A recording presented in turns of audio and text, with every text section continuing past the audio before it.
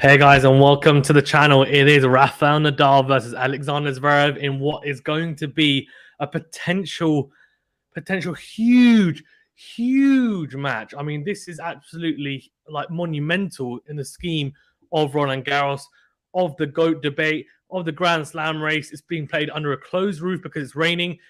Who's that an advantage for? I would actually say the closed roof probably is a good thing for Alexander Zverev. The head-to-head is 6-3. If you checked my preview out for this match beforehand, you'll know that I went through the head-to-heads. I went through the tactics. It's going to be interesting. I think Zverev has to serve really well today, and I think he can do that. But he'll need to serve at around kind of 75-80% almost, you'd imagine. But under the roof, it does mean that the conditions are slightly, quicker. They'll be slightly quicker, but also it will also mean that the ball as well, in terms of like the consistency of the ball toss, there's no worries about wind or sun. So for Zverev, that's a positive because it means he should have a good serving day, you'd imagine. For Nadal, he can play in all conditions on clay, of course. We saw that against Djokovic. It was in the evening. It didn't make a difference. Yes, he lost last year for him, but he wasn't maybe fully fit, you might say. So he is fit. He's raring to go this year. Well, he's fit enough anyway. He said he's probably taken some type of injection anyway to kind of help him out. And yeah, I mean, he's well on his way to a 22nd slam and also a 14th Roland Garros title. But he'll have to get through Alexander Zverev, who I have to say is probably the biggest threat now, because after this, he'll face either Cilic or Ruud, and he'd be a massive favorite. Nadal or even Zverev as well going into that final. So Nadal will be thinking this is a massive match. He wins this, and I think a lot of people will say, well, he's probably going to win. Kind of most likely. The fact that he's never lost a final at Roland Garros as well is just incredible. So yeah, they're just warming up. We should be getting underway very soon. Then, of course, as always, we'll take you through. Taloren says, Vamos, Rafa. So already getting the Vamoses in for the Spaniard. But yeah, really do appreciate you guys tuning in as always. Remember to hit that like button, please, and subscribe if you're new. But yeah, I'm really looking forward to this. I think it's going to be a cracker. I really do. I think it's going to probably be a lot closer than people think. I don't think Zverev is going to give Nadal an easy win. I think it's going to be interesting. MJ, Michael Jackson in the house says, hi, Vamos. Vamos. What does cracker mean? Cracker means like an exciting match. That's what cracker means. So an exciting match, I would say, is what a cracker means. Not like a cream cracker that you eat, which is very British. Sorry, my British tendencies are coming out, so I apologize. So Nadal will serve first, the 13-time champion. He'll start us off here. It's really important he holds serve early doors. Zverev a very solid returner, no doubt. So it will be Nadal to start us off here in this semi-final, the first semi-final of Roland Garros 2022. It's Rafael Nadal versus Alexander Zverev. I'm going to take you through play by play. Here we go.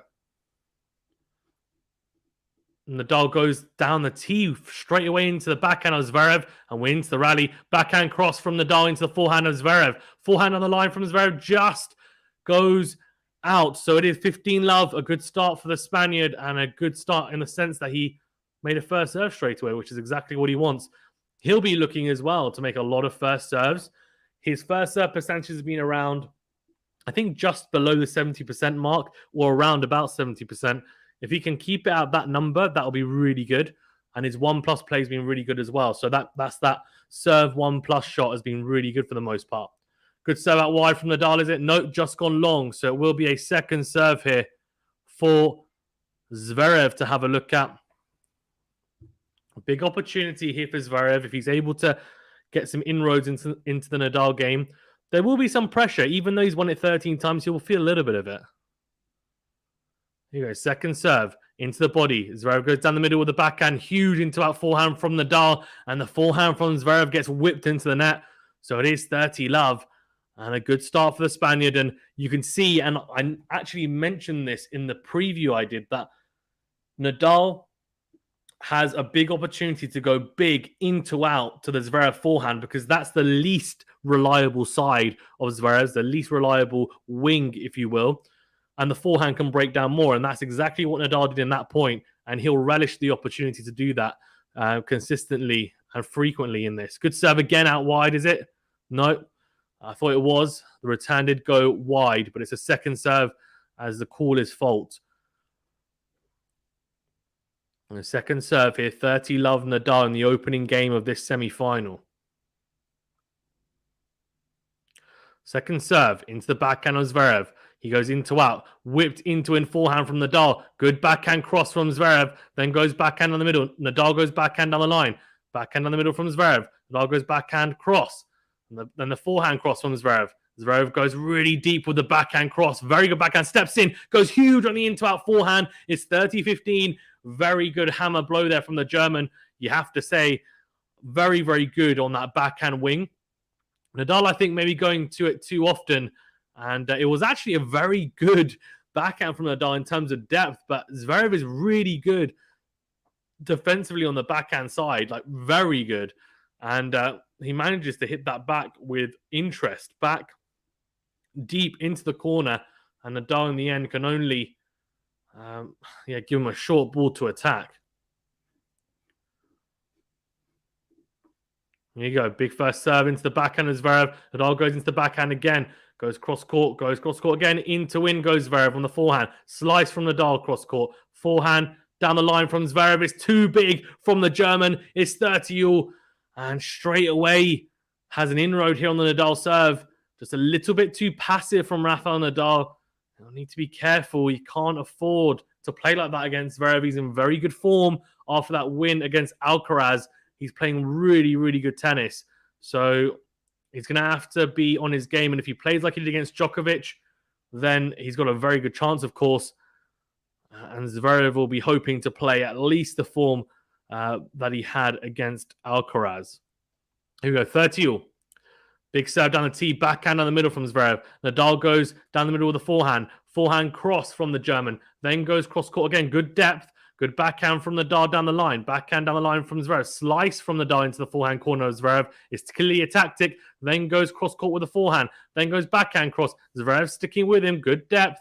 And Nadal makes the mistake. Goes backhand into the net, trying to drive it down the line.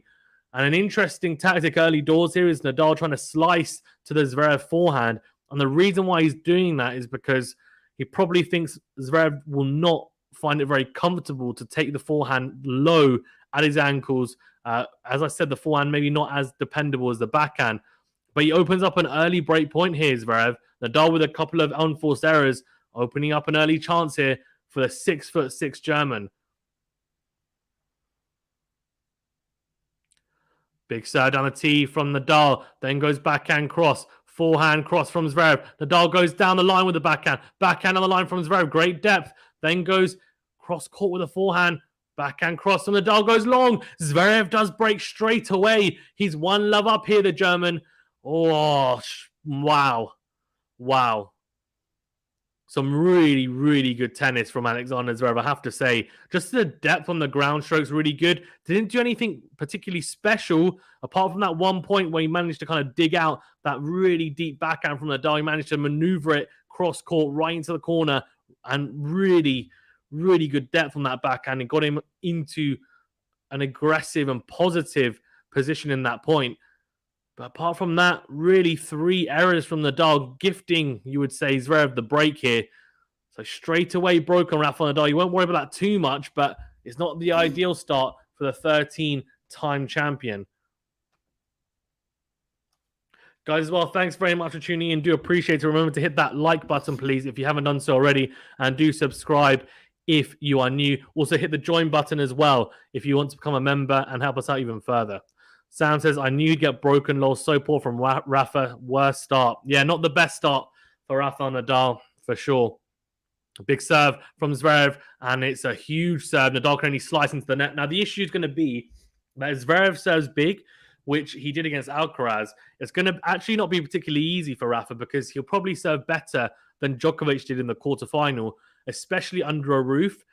His ball toss is so high. So under, like, indoor conditions are perfect for him because it means that there's no deviation, right, on the ball toss because there's no wind, there's no gust, there's no sun in his eyes. It's almost ideal, and it is ideal serving conditions, and he's got one of the biggest first serves in the game. Oh, really, really tight second serve from ZVEREV, and it's a let. I tell you what, that was really tight from Sasha ZVEREV. Let's see. If he serves a double fault or two, that would be a good sign for Rafa, of course. That's a very tentative second serve from ZVEREV. And Nadal goes cross court, then goes into out with the forehand, then goes backhand cross. He's targeting the forehand. Massive forehand, though, from ZVEREV. And I have to say, he is playing very similarly almost. I'm seeing glimpses of that form he had against Djokovic in the Olympics, where the forehand was firing. And it fires here. Nadal goes cross court with the backhand. The forehand on the line clips the line. It's a beautiful forehand. 30 love. He started off really well here, ZVEREV. Matthew says perfect start. Perfect game by Sasha. He'll need to do that along with 70% first serves. And yeah, he's doing that right now. It's a massive serve down the tee. Ace for the German 40 love. And I tell you what, if he plays like this, it's going to be a really, really tough day for Nadal. He thought he probably played his hardest match against Djokovic. That might not be the case. Big serve out wide from ZVEREV. Good cross-court forehand from Nadal, though. And ZVEREV does try to open up and go into him with the forehand and goes long. So 40-15. Sam says, I don't feel good about this, especially seeing this start. Sam, relax. Relax, breathe. Relax, it's going to be okay. Hopefully. Alan says, who won the first set? No one. It's 1-love in games. We're in the first set now. So lob, backhand from Nadal. Huge backhand from ZVEREV. Goes long. Oh, he scratches his head. The back of his head. Oh, dear. Oh, dear. Sam says a loss on his birthday. Yeah, can you imagine? So it's Rafa Nadal's birthday today as well. So even more pressure on him to win. It's his 36th birthday, if I'm not mistaken. He's 36 years of age. Wow. Imagine losing on your birthday. That would be horrible, wouldn't it? Here we go. 40-30. Good serve. Down the tee, Nadal goes deep with the backhand, then goes backhand cross. Very short, though. Forehand from ZVEREV. Nadal goes down the line with the backhand, then goes forehand cross. A huge backhand from ZVEREV, and it's a really, really poor forehand from Nadal. He just barely manages to get it back into court. ZVEREV steps in and goes forehand cross. He's not hitting the ball as deep and with as much purpose as he was against Djokovic in that quarterfinal. He started off very, very slow and sluggishly here, Rafa Nadal. ZVEREV does consolidate the break. He's 2-love up here. It's a very good start from the German. Alan says, I don't know how tennis works, lol. I bet for ZVEREV to win the first set. Oh, man. Alan, man. What's going on with all the people in the chat betting on random stuff, man? It's just crazy. Yeah, so I'll let you know how the first set goes, but it's still going. Don't worry. When the first set's done, you'll know who's won. Sam says, Fazana, I was worried he would think Djokovic was the big task. I mean, he was the big task, but I mean, he can't take ZVEREV for granted. That's for sure. We've seen what he can do in the past. He's definitely able to beat anyone on his day, especially when he's serving big under the roof. Wow. Matthew says, Sam, talk about being a warrior. Relax. It's only 2 games. That's true. Kadisha says, go Rafa. Yeah, guys, over 200 of you in the chat. Thank you very much for tuning in as well. Do remember to hit that like button, please, if you haven't done so already, and do subscribe if you're new. Also, you can support the channel even further by clicking the join button, or you can click the link that's pinned in the YouTube chat. Again, really helps us out, and thank you to those who have become members. It's great to have all the support. We've hit 3K subs. Let's hit 4K subs if we can by the end of the week. That's kind of the goal. We'll see if we can do it. Love to. Second serve here from Nadal into the backhand of ZVEREV. Then goes into out. It's way too short from Nadal, though. Forehand cross from ZVEREV. Slice from Nadal. And it's a very, very defensive slice. Loopy, lots of air. And then ZVEREV just tees up the forehand on the line. And the problem is, right, is if Nadal does this and goes very kind of passively or doesn't go with a lot of pace into the ZVEREV forehand, ZVEREV will definitely get warmed up onto the forehand. Already 4 forehand winners for ZVEREV. And I feel like he probably knew that was going to come his way as well. And he's definitely probably been hitting a lot of balls on the forehand, knowing Nadal's going to go into there. So here's love 15 here. And ZVEREV will be really happy with the start he's had here. Big serve down the tee, though, from Rafa. Huge serve. He needs more of that. And ZVEREV on the stretch can't make the return. So it is 15-all.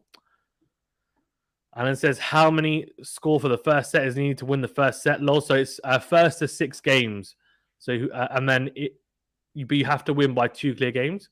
So if it's not 6-4, if it's 6-5, for example, you can't win at 6-5. It will have to be 7-5. If it goes to 6-all, it's a tiebreaker to 7. 7 points, that is. Oh, first serve goes into the net from Rafa. Trying to go for that flat serve out wide on the juice side, which I did talk about in my preview. I said he needs to hit that and hit it well, but he's not really hitting a lot of first serves right now. Sam says, oh my God. Second serve out wide into the forehand. Then goes in to win Nadal. Backhand cross from Zverev. Then goes forehand. So defensive from Nadal. He's barely hit. He's pushing the ball back at the moment. And Zverev steps in and crunches the backhand cross. And by the way, guys, I'm actually a Nadal fan, but I'm very impartial when it comes to commentary, and I'll say it how it is.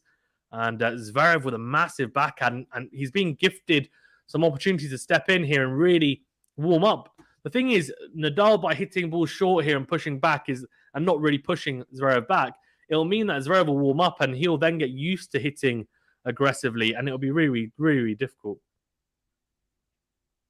Good serve out wide. Backhand from Zverev. Very good depth, though. And we in the rally. Nadal does really well to get to that backhand on the line. Just maneuvers it cross court. Zverev on the stretch goes forehand long.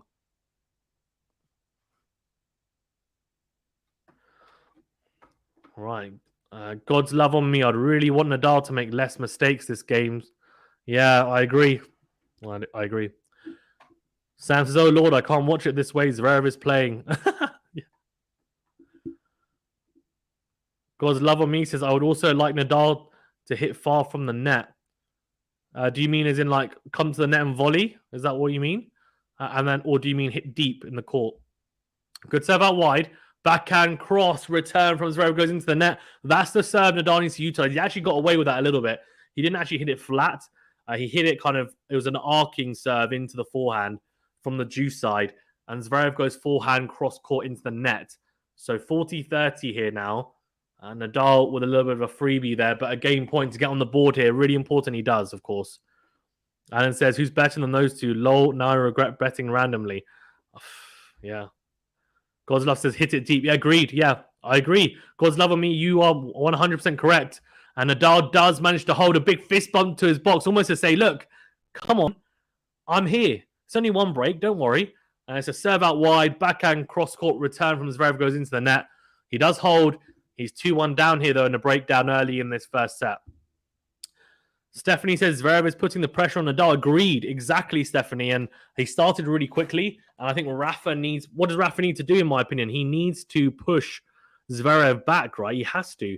He's got to be aggressive. He needs to be...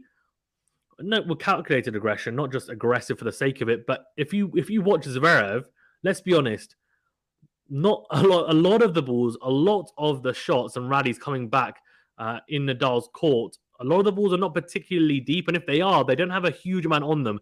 They're only really coming back with a lot when Nadal has made a mistake and when his own shot has gone shorter in court. If he's hitting the ball deep into Zverev's court, Zverev is not going to hit winners. He's not going to blast the ball back in response. No way. Absolutely zero chance of that happening. I'm telling you now. So he needs to just be clever, Nadal, and he knows what he needs to do. If he plays like how he played against Novak, where he was hitting the ball really deep, I mean, he was almost playing kind of a high-risk game there against Novak at times. Really high intensity, high pace on the forehand, deep into corners. He doesn't even need to do that. Just go deep at least. You don't need to go for a lot on the forehand, just enough. He hits with a huge topspin anyway and push Zverev back. That's what he has to do here. Let's see if he does it, though. It's not been a great start, but he's on the board now. And, of course, he's won this tournament 13 times. He knows how to win. He's won 21 slams. If anyone knows how to kind of win and solve someone, it will be Nadal. And he's got a 6-3 head-to-head. So you can get broken. It happens, especially slow starts happen as well. Zverev not happy with the crowd. And I wouldn't be either because the crowd take the mick. They just walk around everywhere. Just sit down. You're here to watch the tennis. Matthew says the guy has 13 Roland Garros titles and 21 majors, and you lose confidence within 5 minutes. Crikey. It's true. I'm a mess, Matthew. Ignore me, says Sam. Rafa needs to push Zverev back, says Sam. Agreed. Zverev won't be good on the back foot. He'll push the ball back into court. Good deep return from Nadal. Wins the rally. Zverev comes to the net, interestingly. Volleys. Nadal gets to the volley, though. Second volley put away from Zverev. Really, really impressive. The pass from Nadal wasn't good enough. He was on the stretch, to be fair, but he had to hit it either really hard and low at Zverev or either side. He kind of did neither. But the backhand approach was pretty... Well, actually, to be fair, he had a lot of time, Nadal. He had a lot of time, and he went cross-court, and Zverev read him. I think mainly because what Zverev did is actually go down the middle of the court with the approach. So it meant as soon as Nadal hit a backhand, he knew he was going to go cross-court. In from Zverev on the approach, massive forehand. And again, it's because the return from Nadal is very short there. Really short. Massive serving from Sasha here. And I'm telling you, the conditions, because of the roof anyway, the roof being closed, mentally, and just it might even just be a placebo at times, he'll give him a massive boost thinking, look, I don't have to worry about any conditions here. Big serve again from Zverev. Just misses it, though. Well, he doesn't miss it. It's a let first serve. God's love on me says Nadal has to first get confidence, like win a set, and then he'll be aggressive. I don't agree with that, though, because he was aggressive against Novak in the first set, and he blew him away, right, early doors. He's done the opposite here. He's been passive, and he's not started particularly quickly. Backhand cross from Nadal. Then goes forehand wide. He just seems to be stretching all the time here. Really weird. He doesn't seem to be moving as well as he was against Novak anyway. I mean, it doesn't seem to be any issues with the foot, but he seems to always be on the stretch at times. I think Zverev is hitting the ball flatter on the forehand, no doubt, probably to try and get Nadal hitting down low to his ankles. He won't want that, but I don't know. It's a very strange early start here. Sam says, I want to see the double fault machine. Rafa started like how he did against Felix. Very true. Koi says, I feel that Nadal will be defeated here. Guys, you have to remember as well, Nadal lost the first 2 sets against Medvedev in the Australian Open final. He went on to win it. So don't count him out yet. Good return from Nadal. I mean, pretty short, but it was really good in terms of the angle he found cross-court. Zverev dragged out, hits a backhand into the net. So it is 40-15. But you won't worry about it too much, Zverev. Of course not. Guys, 260 of you in the chat. Thank you very much for tuning in. Only 30 likes. What's going on? If you haven't already liked the video, please remember to smash the like button. It's a big thumbs up button. And do subscribe if you're new. Thank you. Good backhand cross from Nadal. And the forehand from Zverev goes long. So is this an opportunity for Nadal? Can he push? Can he push Nadal and push for a juice game, which he did? He played so many good juice games against Novak, didn't he? I mean, he handled the juice games so well on return and serve against Novak Djokovic. 40-30. Big serve from Zverev out wide. The forehand from Nadal. The return. I mean, he's just barely moved. It's weird. I mean, he's gone to almost hit like just a squash shot forehand, and he hasn't made the return. 3-1. Really good hold, though, from Zverev. He does consolidate the break yet again. Teleron says Rafa is a top-tier problem solver. He will find a way. Yeah, agreed. Well, I say agree. That's my prediction, but we'll see. Guys, come on. 33 likes. Thank you. Good. Keep the likes coming. There's 300 of you in the chat. We can get the like count up to at least 100 by the end of this set, at least. So, yeah, do smash that like button, please, if you haven't done so already. It really does help us out. Helps us with the algorithm. I know I bang on about it. And do subscribe if you're new as well. Again, helps out a huge deal. Here we enter the rally. Drop shot from Nadal. Zverev gets there. Does he? Dinks it down the line. No, he doesn't. Well, he does dink it down the line, but it's gone long. So 15 love and a good start for Nadal. Needs to utilize that, by the way. He needs to try and push Zverev back and play the drop shot. He's not as good a mover as Novak. He's not.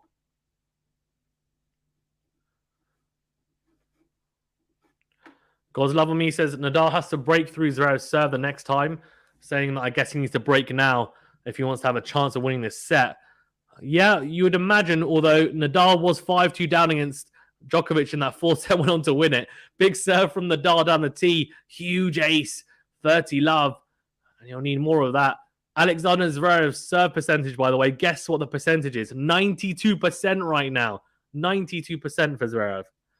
RSP says, I hope Nadal loses. Well, that's fair enough. You're entitled to your opinion. Well, Matthew says, so happy seeing Sasha bring this level of tennis into the quarterfinal. Good serve on the tee from Nadal. Steps in. Goes cross-court with a forehand. Backhand in the middle from Zverev. Then backhand down the line from Nadal. Goes forehand whipped. And Zverev goes cross court. Slice from Nadal down the line. And he's on the stretch. Oh, Zverev just too good with a backhand cross. And the problem is that slice from Nadal is so short. And Zverev, I think, read it. It wasn't the right time to play it. He didn't need to play it. He wasn't on the back foot, really, Nadal there. I could have just hit a dry backhand cross. Yeah, just at the moment, the shot selection has not been great, in my opinion. But it's early doors here still. Yeah, Matthew says, so happy seeing Sasha bring this level of tennis into the quarterfinals. Such an irritation watching him play so average. No, he can produce this. I agree. And it is frustrating because you see him in the Olympics last year, the ATP finals. He shows glimpses of it, doesn't he? Good serve out wide from Nadal, and the backhand cross return, or the backhand on the line even, from Zverev goes into the net. So 40-15. Much better from Nadal. He's having more success on the serve, on his service game even. But he needs to make some inroads on the Zverev serve. He's had a couple of 30-40s on Zverev's serve and hasn't managed to open up break points, but we'll see. Sam says, Rafa is being pushed back. Yikes. That's because he's not really found his groove on the forehand yet, Sam. Good serve out wide, though, from Nadal into the forehand side of Zverev. That's a big plus. He's definitely found a bit of rhythm on the serve, at least. And Zverev goes long. It is 3-2 to the German, though. He's still a break up here.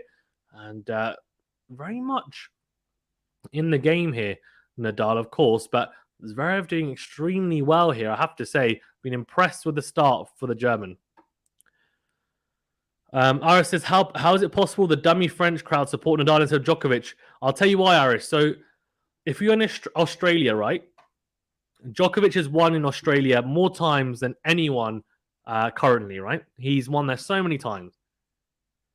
So Novak Djokovic is the favorite in Australia. And if Nadal was to play Djokovic in Australia, the majority of the crowd would cheer Djokovic. In France, however, you have to remember, he's won Roland Garros 13 times, Nadal. Djokovic only twice. They're, of course, going to cheer on Nadal. I mean, we just have to be realistic about it, right? Who else are they going to cheer? They're not going to cheer Djokovic. He's only won it twice. Nadal plays against anyone at Roland Garros, they're going to cheer him. That's my opinion on it. And it's not a surprise either. Why do people expect it any other way? They shouldn't boo Djokovic. That's very, very disrespectful. They shouldn't be booing Djokovic, in my opinion. But they also don't need to cheer him, though. You have your favourites in the crowd, and they cheered Nadal because he's won there the most times. It's simple. He's a legend there.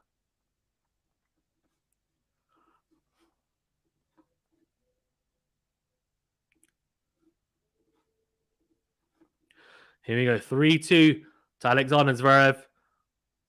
No worries at all, Aris. Thanks for tuning in as well. Appreciate it. Big serve from Zverev down the tee. Really big ace. And that is the third ace so far for Alexander Zverev. He's having a really good serving day so far. 92% of first serves in so far. He hasn't really had to really worry about the second serve because he's barely had to hit any. He's barely had to hit any. So there's no worries about a double fault at the moment. Good serve, cross court. And Nadal goes cross court with a forehand. It's way too short. Zverev steps in, massive backhand on the line. 30 love. Really good from the German, I have to say. Really impressive.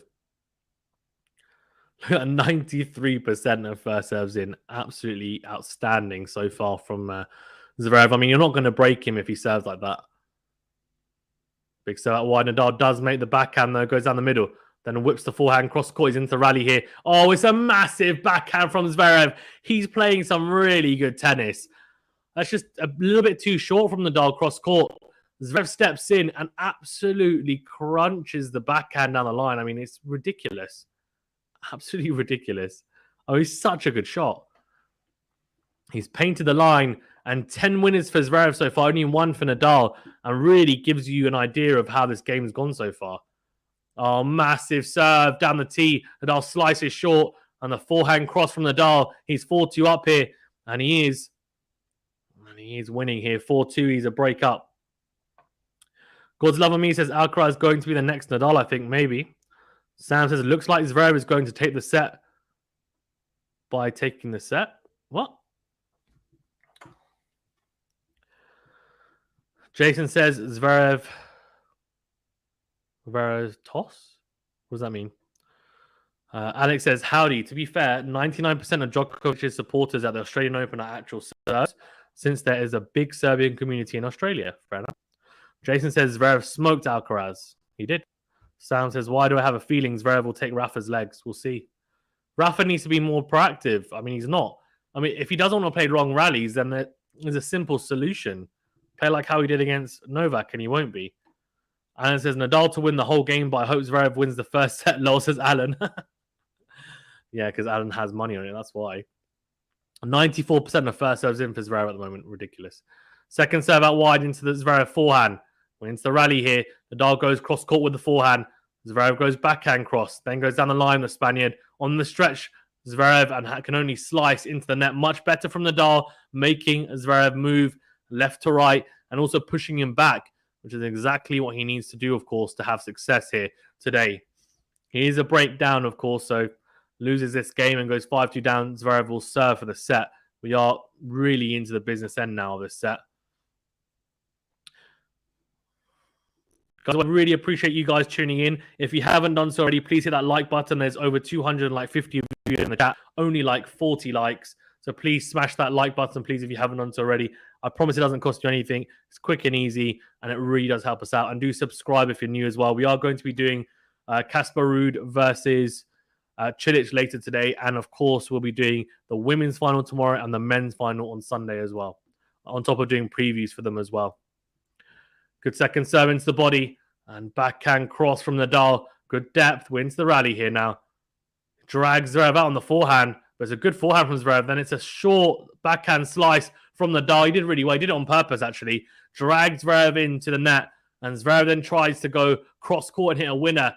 And Nadal reads it. And defensively does really well. Holds his ground and then goes backhand on the line to pass him. Really impressive. God's Love Me says, Zverev is not making Nadal play long rallies. Yeah. Jason says, QualityShot, you don't wager on this top tier matches, or no, I don't. I don't bet anyway. I don't bet anyway. And yeah, I mean, it's up to you if you'd like to, but I wouldn't recommend it. Good serve out wide. And the return from Zverev is actually pretty good because it's right at the feet of Nadal. And he tries to come and serve and volley. And he has to hit a half volley drop shot. And it's a really good one. Great hands from Rafa Nadal. 40 love. And it's just one game, Alan. Oh, Alan says, I only bet Zverev to win the first set, but I'm rooting for Nadal to win the whole match. Very good. Oh, nice. It is nice. So nice, I did it twice. Good serve out wide from Nadal. Then goes into out with a forehand. Oh, Zverev nearly made that. Wow. Nadal got away with that one. It's the right play. He drags Zverev out wide with a serve from the ad side. Zverev goes backhand cross or backhand on the line even. And Nadal tries to go into it. Doesn't really find the best angle. And Zverev whips the forehand into the tram lines. And it says, is betting banned in your religion? Indeed it is, yeah. I've never really had an affinity to do it either, to be fair. But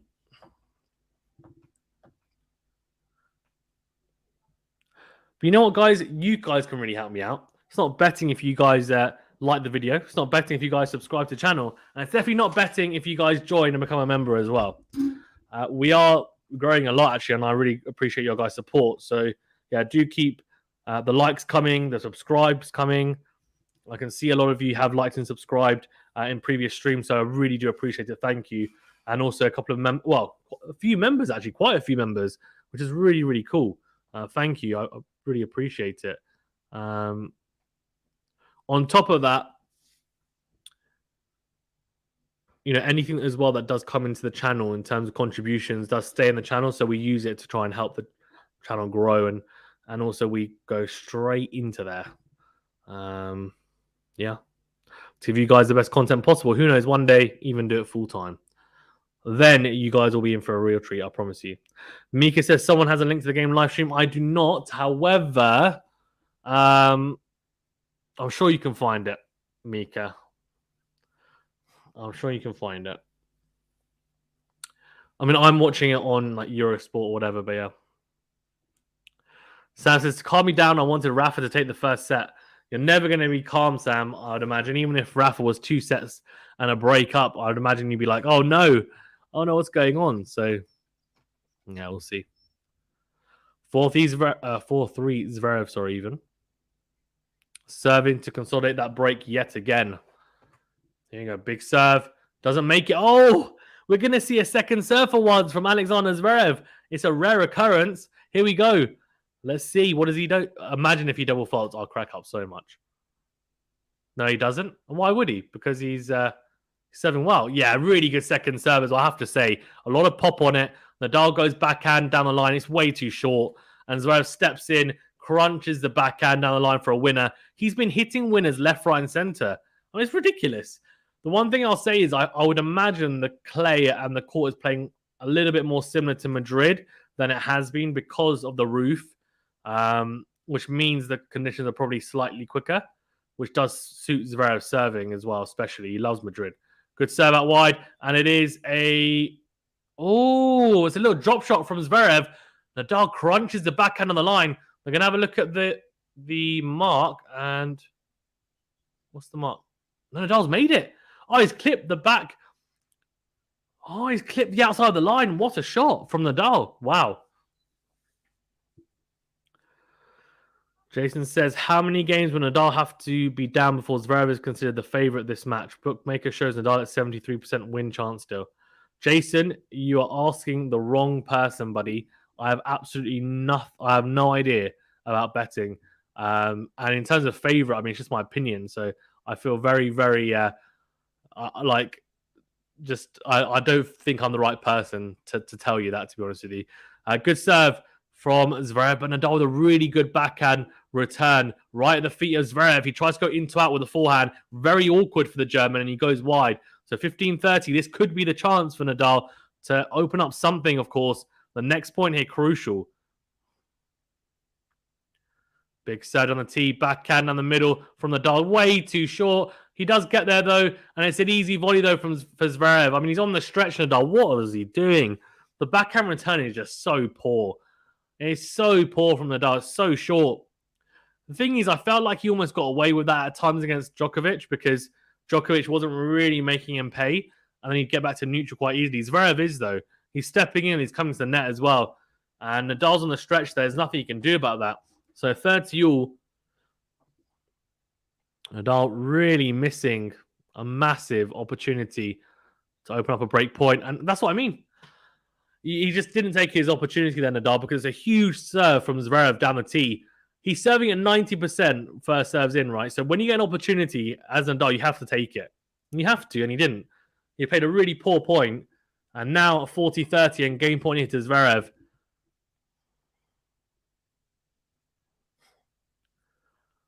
Zverev with a good serve on the tee. Backhand return from Nadal into the corner, is it? Yep. Forehand cross from Zverev. Slice from Nadal. And the forehand very short from Zverev. Nadal has to step in. He doesn't, though. He goes backhand down the line. And we're at neutral. And Zverev makes the mistake. And I have to say, it's a bad mistake. Because Zverev goes wild with the forehand on the line. And goes long. So we're at juice. But Nadal didn't commit whatsoever in that rally. It was a really short forehand from Zverev. Halfway through that point, and Nadal didn't step in at all, actually. He just hit a backhand on the line. Wasn't even down the line. It was kind of down the middle and half court almost. He's just been really tentative on the ground strokes and clearly not timing the ball as well as we normally expect of him, but we'll see. He's got a chance here at juice. Good set on the tee. No, it's not. It's a double. Well, I was about to say it's a double fault, but it's a second serve here for Zverev to now send down. Will we see a double fault? This is a high pressure point. Second. Oh, he does double fault. Oh, I called it. Now, Sam wanted to see double faults, and he's been serving at 87% first serve, so he hasn't really had to hit much or hit many second serves anyway. I think he's hit about 3 or 4. And this one he hits into the net. So, break back opportunity here for Nadal. Can he capitalize? Sam says maybe 2 sets down, Jason. With these short balls, huge game now. Zverev will feel the heat. God's love me says Nadal has to hit it deep and make Zverev play. Agreed. Yep, agreed. This set seems done. Not over till it's over, Sam. And the first serve clips the top of the net cord, goes wide. Oh, it's definitely nervy times for Zverev. He has to hit another second serve. Will he hit a double fault? You can imagine it's going to be a very slow second serve. It is a very slow second serve. It's literally less than 80 miles per hour. Here you go. Backhand cross from Nadal. Oh, goes down the middle. Zverev goes into him with the forehand. Backhand from Nadal, so short. Then goes backhand, much better depth there. Zverev steps in though, goes into out with the forehand, then goes backhand cross. Nadal goes forehand on the line. Then it is forehand cross from Zverev. Backhand down the middle from Nadal. Oh, it's so poor. It's just so poor from Nadal. He hasn't taken any risks in that whole point, and he then makes a mistake going into out with the forehand. I mean, he's expecting Zverev to make a mistake. You can tell by the way he's playing. He's looking for Zverev to make a mistake there. He hasn't tried to push. He hasn't tried to push the point and kind of really put pressure on Zverev. He's just said, "Look, here we go. I'm hoping for you to make another mistake," and he doesn't. It's not the right thing to do. Why does he want the rallies to go longer? It doesn't make any sense to me right now the way that he's playing. Maybe he's just not timing the ball well enough to be able to do it, maybe. I don't know. Good serve on the tee. It's a forehand return. Easy put. Oh, my God. What a miss from Zverev. How has he missed that? It's an easy put. I'm not joking. I would make that, and I reckon I could win the point. Actually, no. That's a bit of an exaggeration. I was about to say I could win the point against Nadal in that position, but I don't think so. But it's really short. It's kind of kicked up, and Zverev tries to hit a big booming forehand for a winner. I mean, it's there to be hit, to be fair. He completely mishits it, and the racket goes flying out of his hand. It's so weird. How's he done that? Sam says Nadal looks all over the place. Weird to see. Yes, very tentative and started the set like that. Agree. Tentative is the right word. Thank you. I agree. Sam says another double fault for Rafa to break, please. Well, it's another break point opportunity here for Rafa. Very, very big point coming up here in the scheme of this first set anyway. Nadal doesn't break here. Zverev goes 5-3 up, and surely you'd imagine the set's done, but you never know.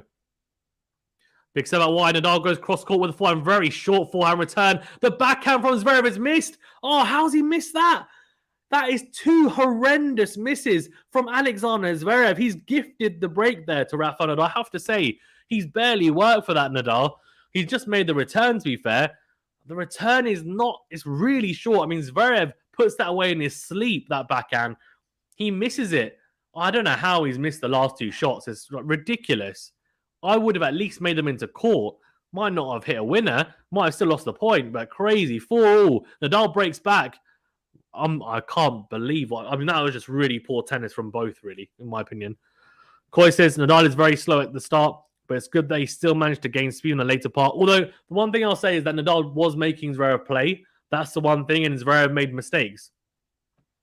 And it worked, I guess. He did well also to get the first serves back because Zverev has been serving huge, so maybe I've been a little bit harsh. Good serve from Nadal, is it? Nope, second serve here. Jason says, how come these Roland Garros matches go 4 sets instead of the normal 2 sets to win? So all Grand Slams, so Australian Open, Roland Garros, Wimbledon, and the US Open are all best of 5. So they can go 3, 4, or 5 sets. Every other tournament is best of 3. Sam says, go away, Nadal. That's on the men's side, by the way. Iris says, go Sasha. Backhand cross from Nadal. Great depth, much better. Is it? No, it's gone. Oh, I thought he clipped the baseline, but it's gone long apparently. So love 15. Coy says, but if his opponent will be firm and hard, that is when Nadal struggles to win. Alex says, is Nadal still testing the waters? He is, yeah. That's exactly it, I think. Thing is as well, sometimes, I mean, like he did against Medvedev, it takes him a set to warm up, to be fair. So we'll see. But he got the break back. I mean, it was a real gift, I have to say, from Zverev. So if he takes a set now, he can thank Zverev for that. Huge into-out forehand from Nadal, and the forehand from Zverev goes long. That's much better from Nadal. Steps in. That's what he has to do, right? He steps in and hits a massive into-out forehand from Nadal. I mean, it's huge from Nadal into-out.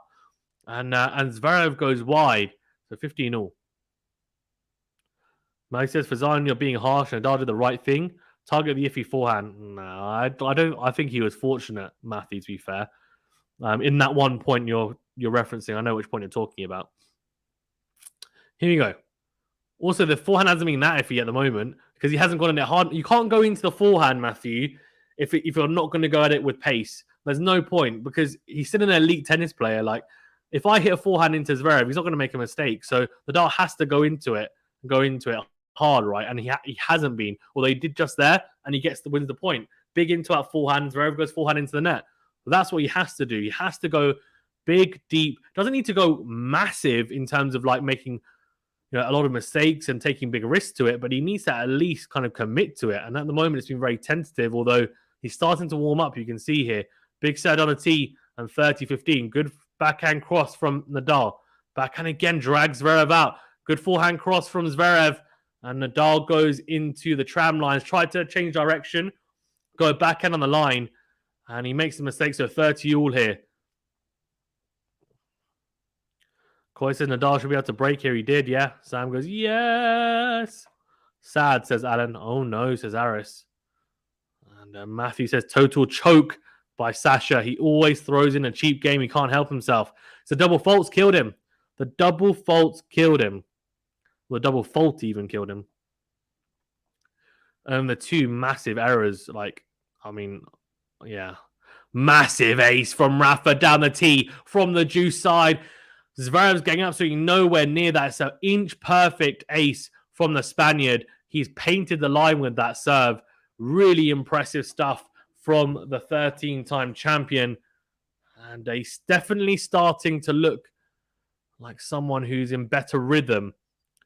Alex is it's the case. His Olympics men's final is 5-2, right? Yes, it is. Agreed. It is, yeah. The rest of the tournament's best of 3 and the final's best of 5 from what I remember.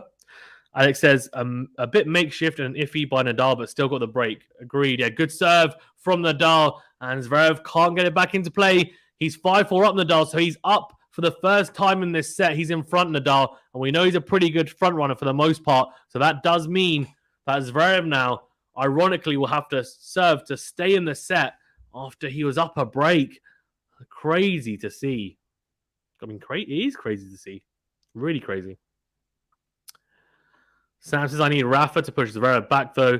And Matthew says, Zverev started with the awful drop shot on second point. He followed it up with an awful forehand put away and never recovered.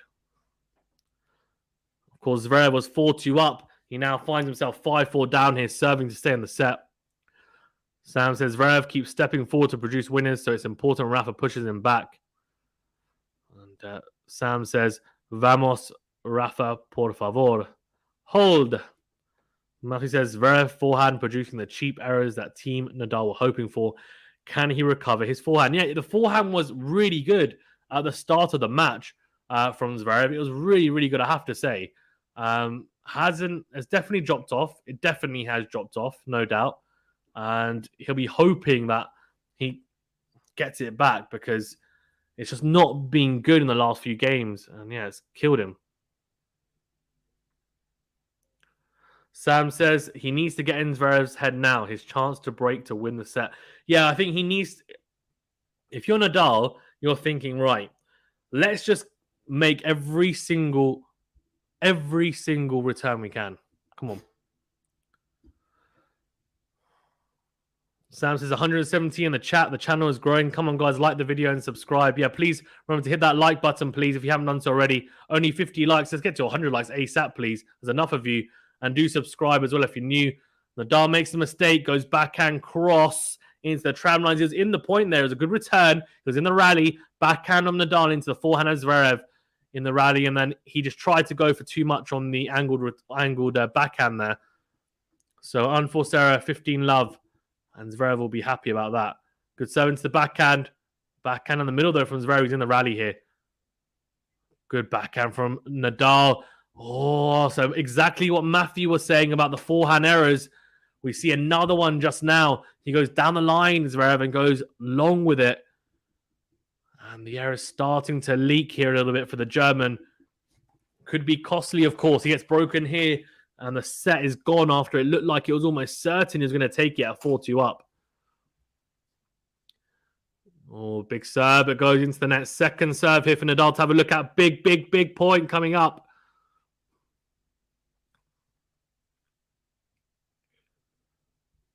Here, second serve. Into the backhand. Backhand cross from Nadal. Huge forehand from Zverev. Backhand from Nadal goes short, though, very short. And the back, he's on the stretch here, Nadal. He's on the defensive. The backhand cross. Oh, Nadal, what are you doing?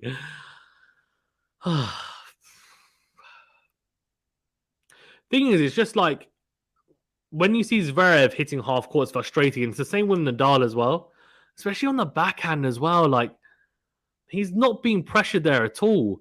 It's just a routine backhand to hit cross court, and he's just like, he's basically mishits it, really. He hasn't timed it well at all, and it's just short. And it just sits up for Zverev, and he then presses straight away, and the rally flips on its head because of just a poor shot from Nadal there. So 30-15 here.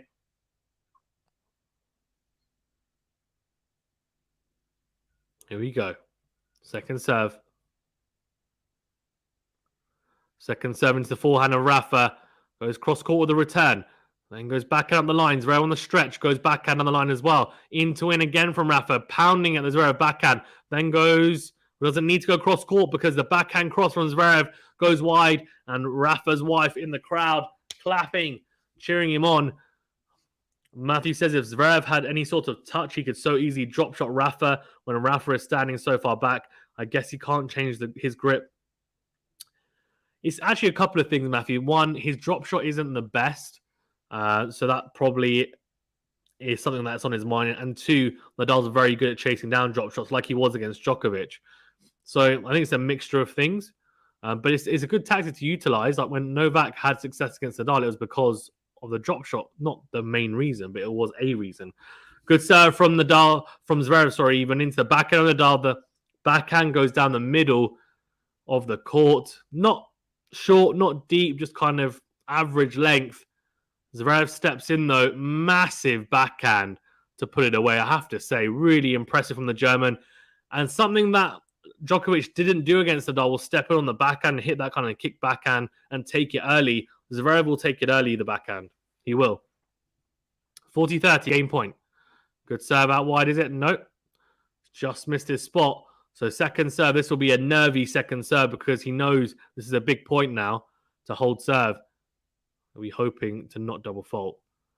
Oh, he does. Oh my God. You know what? Any Zverev fans in the chat, I'm really sorry because I promise I'm not trying to give him the commentator's curse. It's just like, I just know as someone who plays only like club level tennis, I know the pressure points, right? And like when you're thinking, I can't serve a double fault here.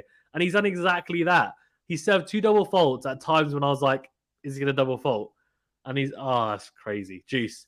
Big serve on the tee, though, from Zverev. Great volley. Is it? It's a good enough volley. Puts away the overhead. Really good serve on the tee from the Juice side. Short return from Nadal. Zverev came up in the court, volleyed well enough. Nadal on the stretch tries to lob him, and it's an easy smash from Zverev, I have to say. Really impressive from the German. Clutch play there. And puts that double fault behind him pretty quickly, I have to say, which is extremely impressive. Advantage here, another game point. Can he finally put it away? Big serve on the tee. Backhand into out. Return from Nadal. Then goes forehand down the middle. And the forehand from Zverev is shanked massively. Wow. Back to Juice. Joseph says Rafa hits the ball short for 2 reasons. One, he's lowering in the... I think he means he's luring in the German. 2, he's struggling with some pain in his body. The first reason is not the case, in my opinion, because you have to think, Joseph, that you only hit the ball short to try and lure someone in when you slice. So he hit the backhand slice against Djokovic to try and lure him in, right? So the short backhand slice low over the net. If you hit short with your forehand or backhand, it just pops up the drive backhand or drive forehand because he hits with so much topspin.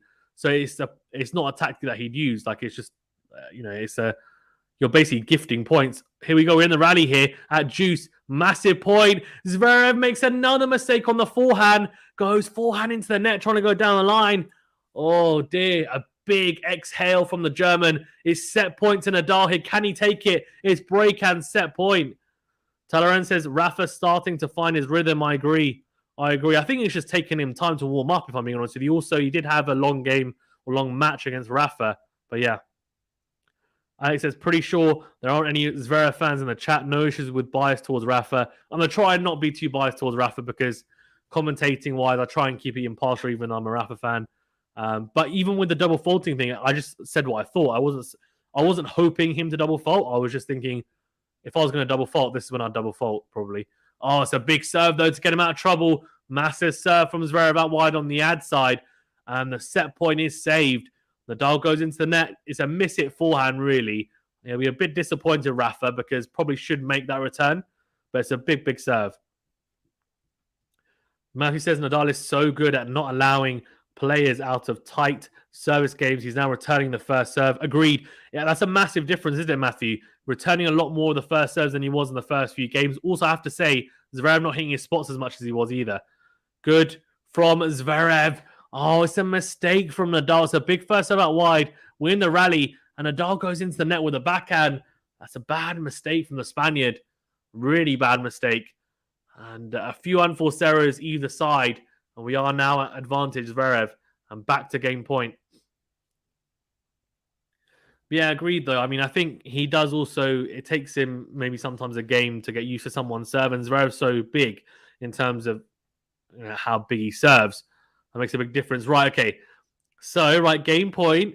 Second serve opportunity. See, again, this is another chance where I'd say, look, he might double fault again, but we'll see. He does. Oh, my, mate, you know what? Call me Nostradamus. I'm literally reading this like a book. I know exactly what's going to happen before it happens. This is what? Oh, no. He's double faulting at the worst possible moments. He's feeling the pressure. He's feeling it big time. He's taking his time. You better take your time, mate, because you're struggling. The issue actually is, by the way, because his first serve percentage has been so high, he hasn't actually had to hit many second serves, and now he's had to hit second serves on big pressure points, and the pressure's got to him because he hasn't really had to hit many, right? So he's not used to that motion, as used to the motion, if that makes sense. Backhand cross from Nadal, and goes backhand again. The first serve was made from Zverev. Wins the rally. It's the forehand of Zverev into the backhand of Nadal. Nadal whips the forehand cross court. Zverev comes to the net. Backhand. It's a volley from Zverev. Goes long. Oh, the pass from Nadal wasn't very good. He hits it really straight at Zverev. Zverev did everything in that point perfectly until the last moment when he had to put the volley away, and he volleys long. It's another break point here for Nadal. Matthew says Zverev should just do an underarm serve. I actually can't believe I've called each three of the double faults, and I haven't even said that he might double fault at any other point apart from those three. I'm quite impressed with myself, to be fair. Give myself a pat on the back. No one else will. Anyway, advantage to Nadal, break point. And set point, of course. Another opportunity here. Zverev's done well to save them for the most part. Big serve, though. He does find the first. So that's a big, big opportunity now to put away the forehand. Nadal on the stretch. And Zverev puts the volley away at the net. Really impressive, I have to say. I'm quite impressed with his... I think I'm very impressed, actually, with his willingness to come to the net, Zverev. Especially on the big points. Really impressed. Had Nadal stretching there. And, backhand slice came to net. Easy volley. Leantham says, come on, Zverev, I'm with you. Leantham, you're a Djokovic fan, aren't you? That's why. But that's fine. You can support whatever you want. Big serve out wide from Zverev. Backhand return from Nadal down the middle. Backhand again from the Spaniard cross court. Then slices. Great defensive work. Zverev missed. Oh, my God. Zverev is his own worst enemy right now because it's a really bad miss. He has Nadal on the ropes. Nadal's doing really well defensively there. He's stretching almost a split. Slices that low, to be fair. So it does make it more difficult than maybe it could have been for Zverev. But he has the whole court. He can literally just push that forehand back into play. He wins the point. He goes into it with the forehand. He's halfway up in the court. And instead, he goes wide. Lester Paul says, shout out, boss. Shout out, Lester Paul. Thank you for joining. Jason says, has Zverev been hitting aces? Or Matthew says, Fazan, it's not that impressive. We can all see that double fault coming. I disagree, Matthew. You didn't say it in the chat. Good. Oh, great. First serve again from Zverev. The forehand cross from Nadal goes into the body of Zverev. It's a really good forehand. And a lot of errors from the German on that forehand side recently, but he puts that forehand cross away. It is back to juice. Look, can I just say, no one else was calling them. I called all 3 of them. And I said it before the point, just saying, you can't say it's not impressive if no one else is saying it. Just saying. And it's not even like I've been saying on every single second serve. Here you go, Juice. Big serve again from... Oh, this is clutch from Zverev, I have to say. If he comes out of this game, he'll take a lot of confidence into the rest of the set because he's had to fight harder. I think he saved 3 set points. There's a massive serve down the tee from the Juice side, and the forehand from Nadal goes into the net. Sam says, go Rafa. And Alex says, 22 and 22. Vamos. We'll see.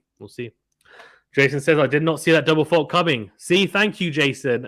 But Jason's he's new to tennis, to be fair. Good serve down the tee from Zverev. Short ball to attack. Nadal reads it, goes backhand, cross. Oh, no. How does he keep on? He cannot close this game out. It's almost as if Zverev's like, you know what? I don't really want to take this game, so I'm going to get as close as I can to taking the point and just holding. And I'm going to make sure that in the end you break and you take the set. It's an easy volley. And he volleys into the net. I mean, I just can't believe this. Juice. Thank you, I should appreciate it. Says, great stream, Fazan. Keep up the great work. Guys, as well, if you're new to the channel, please remember to hit that subscribe button. And do remember to like the video. Thanks to everyone who has already liked the video and subscribed to the channel. Appreciate it. Both quick and easy. Don't cost you anything. Oh, he's missed the volley, has he? No, he's kept the top of the net cord, Zverev. Nadal passed him, does he? No, oh my God. What the heck? Crazy. Again, Zverev does really well. Comes to the net. He gets very fortunate with the net cord. He hits the net cord and it kind of just drops over. Although Nadal got there very, very easily. And he then hits the backhand winner long. Can't believe it, Nadal. He looks to his box and says, how have I missed that?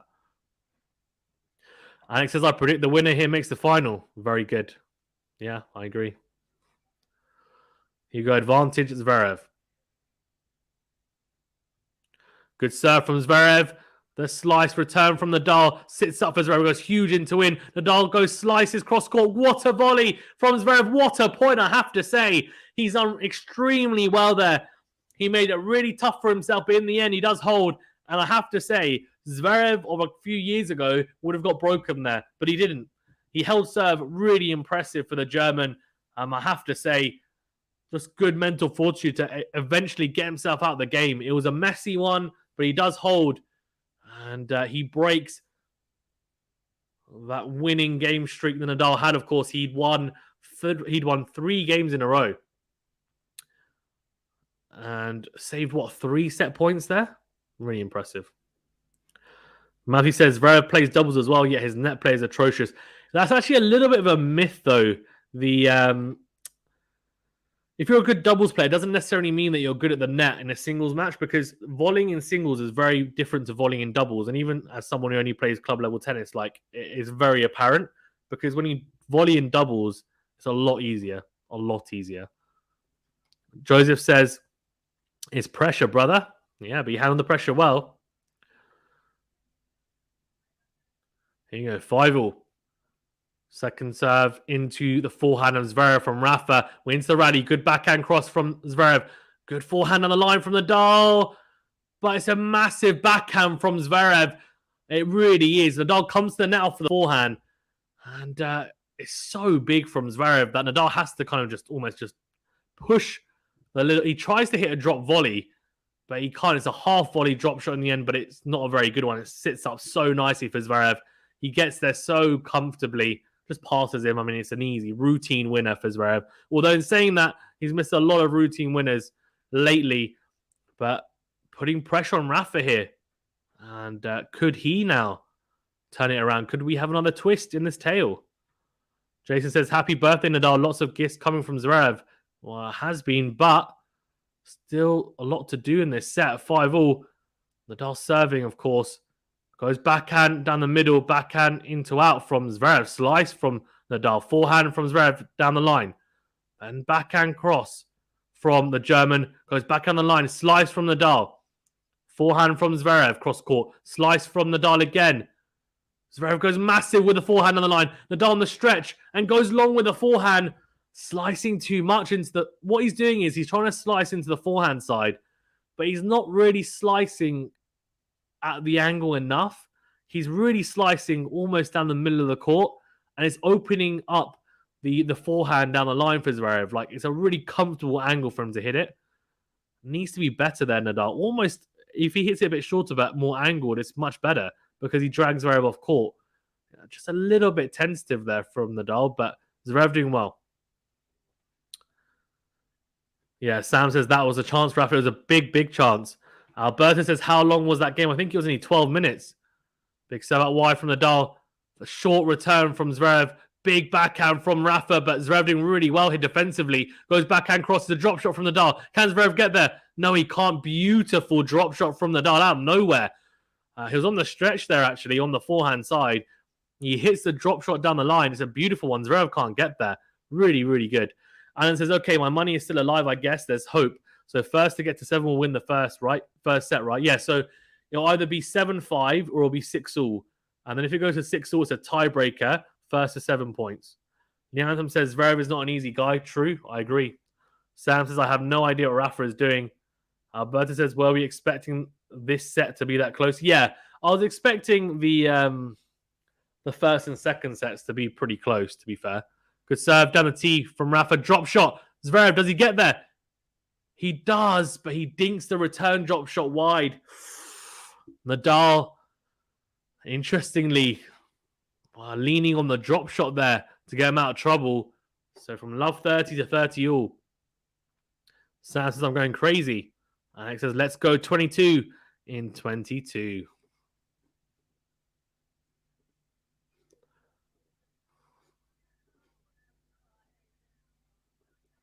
Here we go, 30 all. Big opportunity for Nadal, of course, to nudge in front if possible. Because he will have a massive opportunity, Nadal, to again break. You'd imagine. I'd be surprised, although Zverev's had a very good tiebreak record, so he might be quite confident serving at 5-6 down. Anyway, in the rally, backhand cross from Nadal, forehand cross from Zverev, slice down the line from Nadal. Backhand cross from Zverev is too good. It's a really poor slice from Nadal. I mean, he's not sliced it low over the net enough, and it just is right into the hitting zone of Zverev, and he just crunches the backhand cross court. Let's have a look at that on replay. Am I being harsh?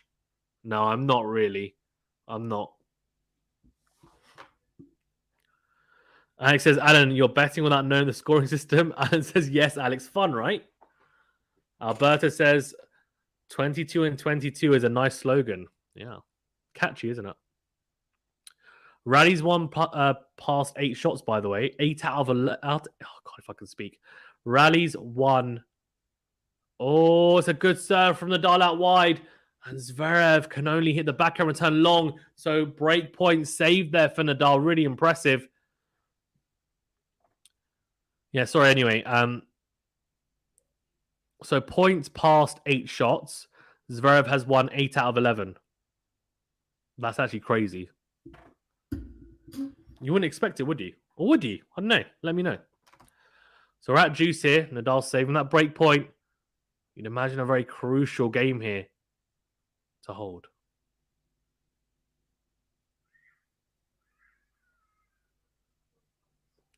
Oh, the first serve clips off the net cord and goes long.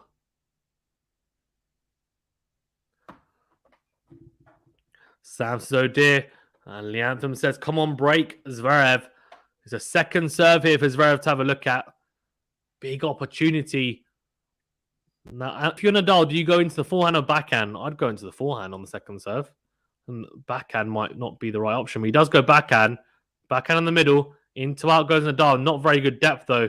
Then goes backhand cross. Better on the depth. Good forehand cross, though, from Zverev. Nadal goes backhand cross again. Then goes backhand cross. Zverev opens up the forehand on the line. Then goes massive winning into out forehand. Really pedestrian from Nadal in the second half of that rally. Just not really committing in that rally. And I understand Zverev was playing some good tennis there, but I have a feeling Nadal was almost hoping for Zverev to make a mistake rather than actually trying to win the point. It's a massive into-out forehand from Zverev in the end. Really good. And that's the difference, right? We've probably seen, I know we've seen more into-out forehand winners from Zverev than Nadal. Isn't that ridiculous? Would you expect that? Walter says, have they reopened the roof? No, I don't think they're going to reopen it. It'll be closed for the rest of the day, I think. Good serve into the body. It's a drop shot from Nadal. Oh, it's clutch play. It's a serve volley from the Spaniard. I have to say, really impressive, especially given that he served into the body there on the ad side, came to the net. It's a really good volley. Really, really good drop volley. Zverev does get there, but he can only frame it into the net. So juice.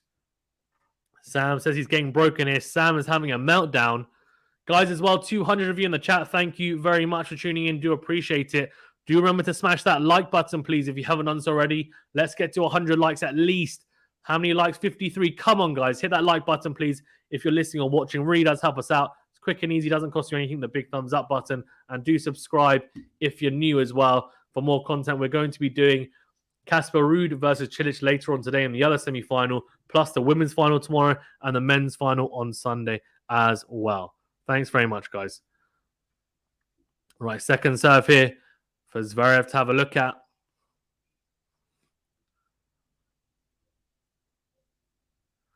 Second serve into the backhand. Backhand. Oh, that's a gift for Nadal. The into-out backhand return from Zverev goes into the net. So it is game point for Nadal. Matthew says Nadal definitely holds serve. We'll see. We'll see. We shall see. But who knows? Could happen. Don't see why not. Here we go. Big serve out wide. Zverev goes backhand cross. Forehand on the middle from Nadal. He's mishit that. But then goes massive with the in-to-win. Better on that forehand. Then goes backhand. It's a lob backhand, really. Oh, he's been gifted. That was some very, very tight tennis from Nadal. But he does get away with it. It's a bad mistake from Zverev. Goes forehand into the net. And just made a miss. He's 6-5 up here, Nadal. And he will, again, try and look to break here because Zverev will serve to stay in the set and take us into a tiebreaker. Alberta says 1 hour per set. Possibly long match. Yeah. I mean, it could, I'm going to be honest with you. If Nadal doesn't up the ante and play more aggressive tennis, this could be a very long match. If he suddenly starts to find a bit of groove and he's starting to hit through the ball more and hit more winners, which we know he can do, like he did against Djokovic, then it could be shorter. And I reckon he could win it quicker. But at this rate, Zverev has a pretty good chance, I think. Let me be honest with you. In all honesty. Leantham says this match makes decide champ. I think he's saying this match will decide who's a champion. Saying whoever wins this will most likely win the tournament, I think is what he's trying to allude to. But yeah, guys, thank you so much for tuning in. Do appreciate it. Remember to hit that like button, please, and subscribe if you're new. Really does help us out liking the video. Helps us with the algorithm. Helps us push up the rankings, and do subscribe as well, of course, for more content like this. Yeah, as I said, we're doing a lot of tennis for the rest of this tournament, and we always do a lot of tennis anyway. This channel is now just dedicated to tennis. We've got other channels for other sports like boxing, cricket, and football, but they're separate channels, not on this channel anymore. 5-6. Serving to stay in the set, Zverev. Big serve out wide from Zverev. Backhand cross. And massive backhand on the line from Zverev. Comes forward, easy smashes it. Yes, it is. Puts it away. Nadal tried to read it, and he went very far to his left-hand side, thinking Zverev might go into out with a smash, but in the end goes behind him. Joseph says, I say Nadal breaks him right now. Well, that's a good start from Zverev, 15 love, but still could. And it says, did you have Zverev beating Alcaraz? No, definitely not. No, I had Alcaraz beating him. Proved me wrong. Proved a lot of people wrong. Big set on the tee from Zverev. Backhand on the middle. Zverev goes into win. Short into win forehand. Nadal steps in much better from Nadal. But then it's a massive forehand from Zverev cross court. He now turns the tables. Beautiful play. That is absolutely fantastic defensive work from Zverev there. Somehow dug that forehand out cross court. And then steps in. Goes massive with a backhand cross. And Nadal's out of position. And yeah, not able to return that. So love 30 here. Sorry, 30 love even, sorry.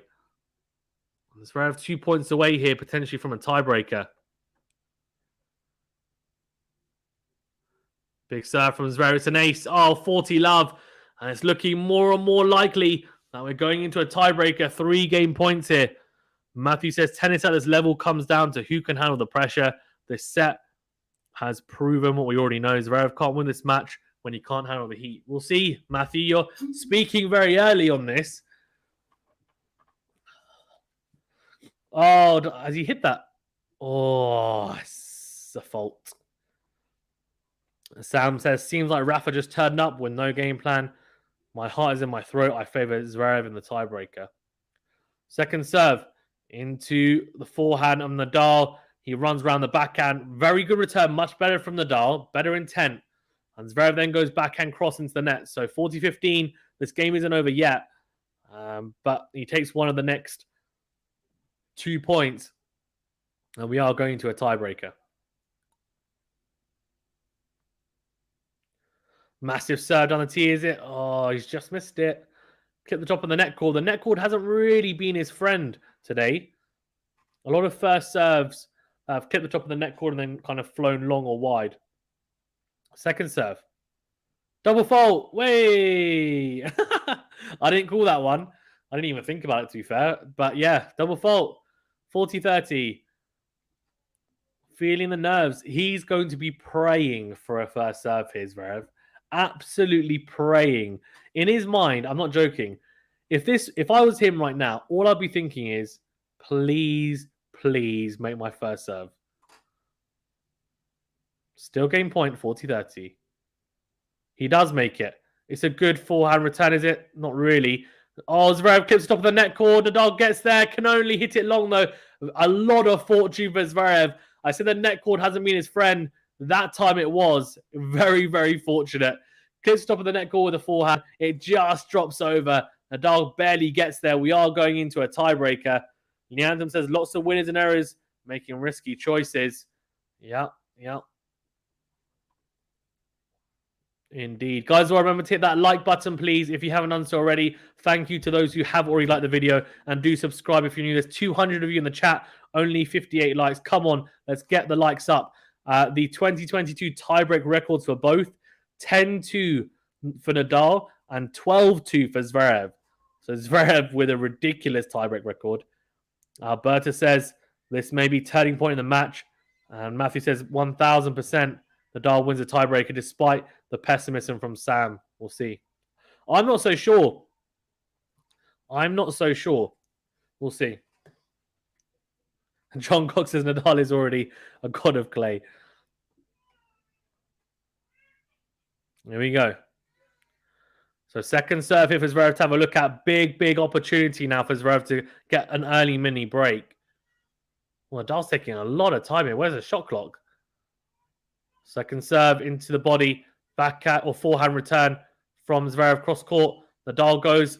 Oh, that's ridiculous. Oh, I thought he'd hit a winner there, but it's not. It's actually Zverev's gone long with the backhand. But somehow, by the way, Nadal kind of dug that forehand out. It was absolutely ridiculous, the forehand into out. I have to say, from Rafa Nadal.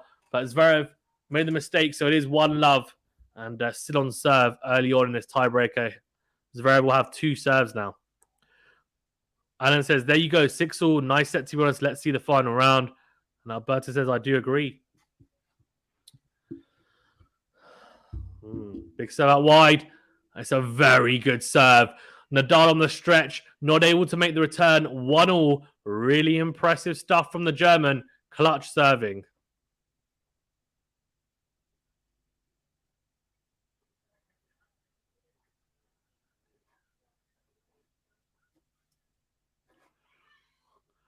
Right, 1-all here.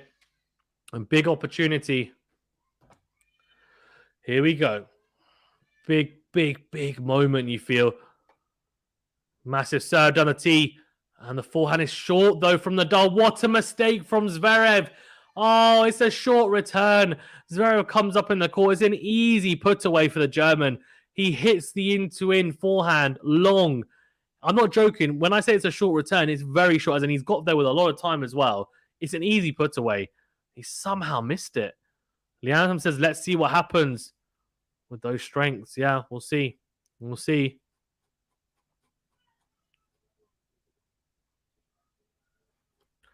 Massive, massive opportunity here for Nadal now because he's got the mini break. Can he really consolidate it now with the next 2 points? We're about to find out. Here we go, 2-1 up. Big serve out wide.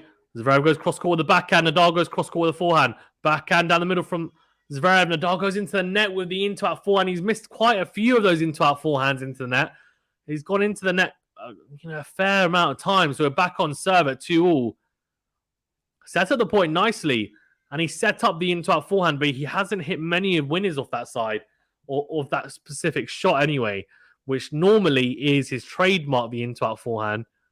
It's not really been firing as much as we are used to. So 2-2 here.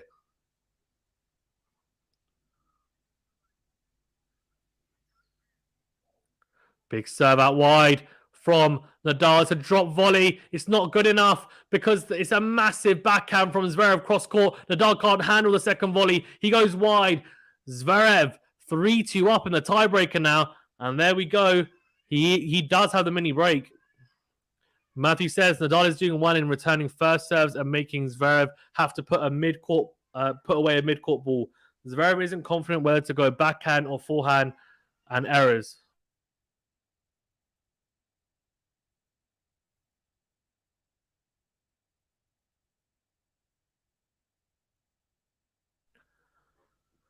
Right, 3-2 Zverev.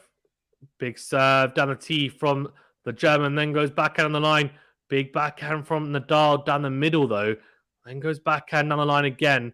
Slices down the line. Zverev gets low there. Goes backhand up the line.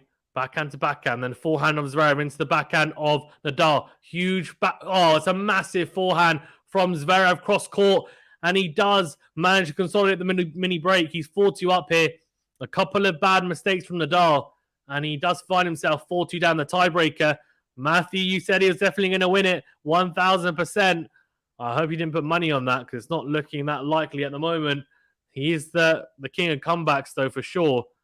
At the moment, it's looking very much like it's in Zverev's court anyway. He could make errors, could gift some to Nadal. We've seen that. Hasn't been the highest quality the first set here, but definitely a set where it could go either way, I feel. And it's not just Zverev making mistakes. Nadal's made quite a few as well. It'll be interesting to see the unforced error count at the end of the set. I'd imagine Nadal's has got less unforced errors, but a lot less winners as well, I'd imagine. Matthew says Zverev will choke. We all know what's coming. Matthew, you said the same against Alcaraz and he beat Alcaraz. Just saying. Do you remember? Because I remember doing that stream. I remember you saying, oh, he's going to lose his tiebreaker in the fourth set. And Alcaraz lost that tiebreaker in the end. Zverev, really, really good. Good serve from Zverev. Short return from Nadal. Massive backhand cross from the German. And Nadal can't get it back over the net. 5-2 to Zverev. He's 2 points away from this first set tiebreaker. I tell you what, if Nadal loses this set, by the way, that could play on his mind. He had, 3 or 4 set points in that game at, it was at 5-4 up. He had 3 or 4 set points, and they weren't like multiple in a row. They were in the juice game, but still, and 30-40. Still, it'll feel a little bit aggrieved they didn't take one of them. A couple of those points are pretty passive. A couple of them were big serves and well played by Zverev. So 2-5 down here, Nadal, and a second serve for Zverev to have a look at. Thing is, as well, this has been a really, really long set, an hour and 20. If you're going to lose a set, you kind of want to lose it like 6-2, 6-3. You don't really want to be losing it 7-6 because it takes a lot out of you, like mentally and physically, a lot. So to recover in the next set will be tough if whoever loses this. Oh, good into-out forehand from Nadal, much better. Backhand on the line. Good backhand from Zverev. And wins the rally. Forehand cross from Zverev. Good backhand from Nadal. Clips the line with the backhand on the line. Then massive forehand on the line from Zverev. On the front foot, steps in, goes into him with a forehand. And he can't get that back into play, Nadal. Oh, dear. What's he doing? He's like gesturing something to his box like this. I don't know. Maybe he's saying he's seeing it like Is he saying he's seeing it like a beach ball? Because if that's the case, that's not... What's he doing? I don't know what that means. Nadal's gesturing something to his box, and I have no idea what that means. Let me know if you do. And it says, let's go. Don't worry, Nadal. You'll win the whole game, the whole match, I think he's trying to say. Alan's just happy if Zverev wins the first set here because he's bet on it. Right. Multiple set points here now for Zverev, and it will be on Nadal's serve first. So 4 set points here. Serve out wide from Nadal. It's an ace. Massive serve. Flat serve from the Jew side. And he'll force Zverev to serve out this first set at 6-3. In the tiebreaker, that is, of course. Yeah, David says very weak tiebreak from Nadal. I agree. I absolutely agree, David. I could not disagree with you on that. You've got a very good point. Very well said. So far, anyway, who knows if he recovers, and great tiebreaker. Well, good enough. Oh, it's a serve volley from Zverev. Oh, it goes begging. It's a good serve out wide. And Nadal goes cross court with the forehand. Somehow he misses the volley. He slides, and the volley goes long. So it is 6-4 Alexander Zverev. And he's burnt 2 match points. The first one was an ace from Nadal, so that's understandable. That one, though, that was an easy volley. So he's got 1 more service point. Now, this is where it gets really interesting because he loses the next point, and then it's 6-5, and then on Nadal's serve. So can he close it out on his serve is the question, because it could get tricky at 6-5. Good serve out wide from Zverev. Decent backhand cross from Nadal. And a slice as well. Zverev steps in, goes backhand cross. Nadal shows, what a pass from Rafael Nadal. He whips the forehand cross-court pass. That is absolutely unbelievable from Rafael Nadal. How has he managed to get there? He literally galloped across the baseline there like a gazelle. Somehow managed to get to that ball. Zverev moving him left to right. I mean, he dragged him out with a massive forehand cross.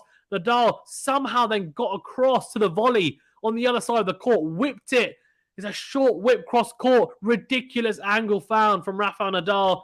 And he does save yet another set point. And he's still 6-5 to Zverev. Nadal will serve here, though, to stay in the set.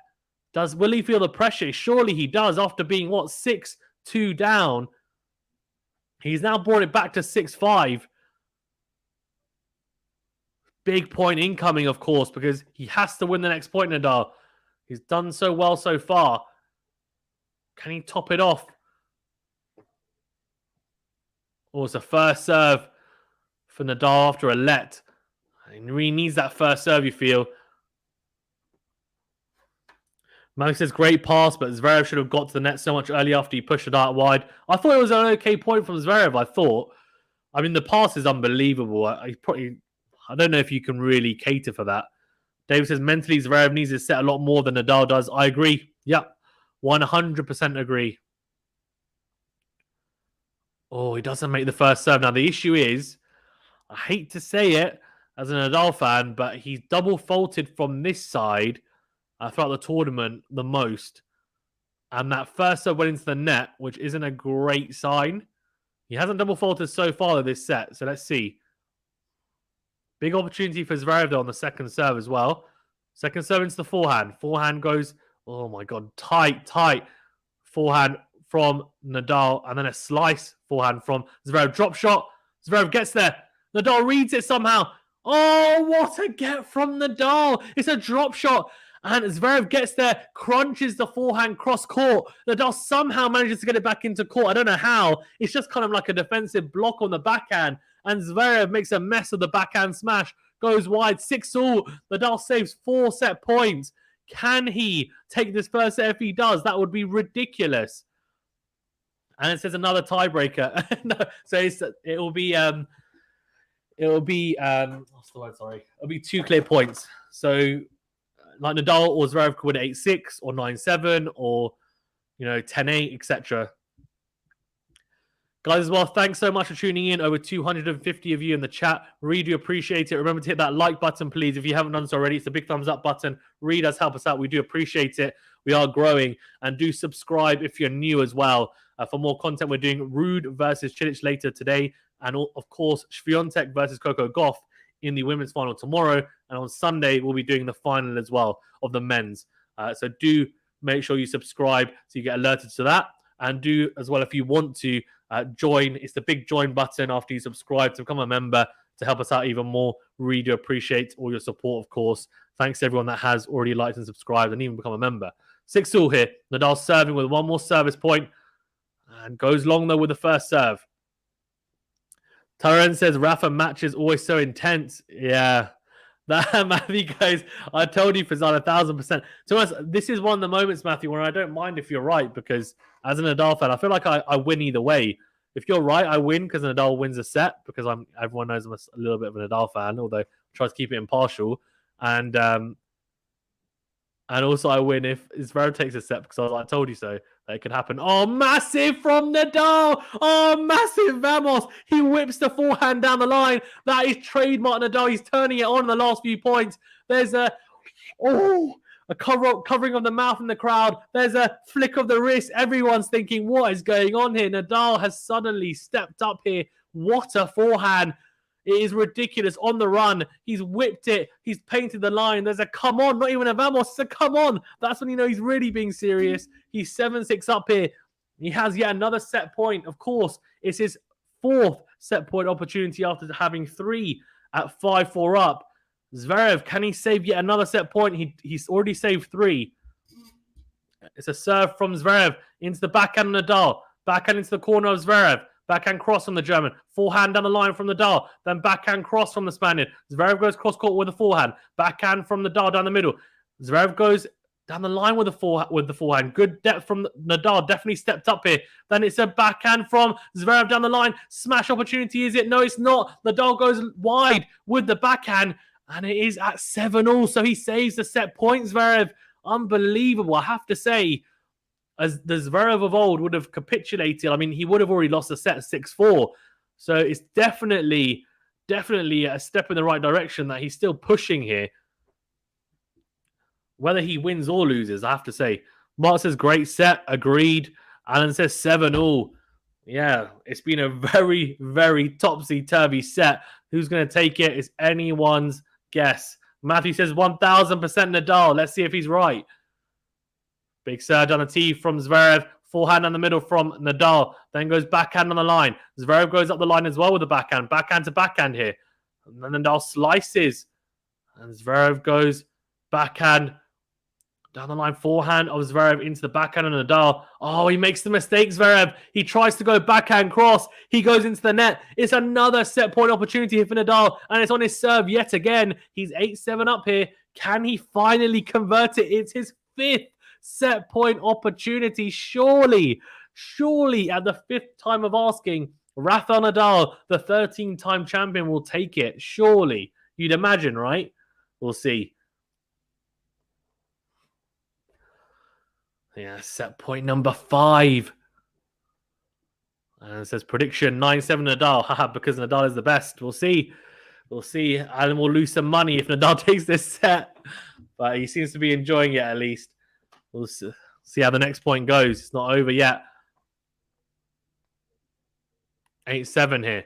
Finds the first serve. Backhand cross from Zverev. Very good return. We're into the rally. Zverev goes cross-court with a forehand. Backhand cross from Nadal. Forehand cross from Zverev. Nadal goes backhand as well.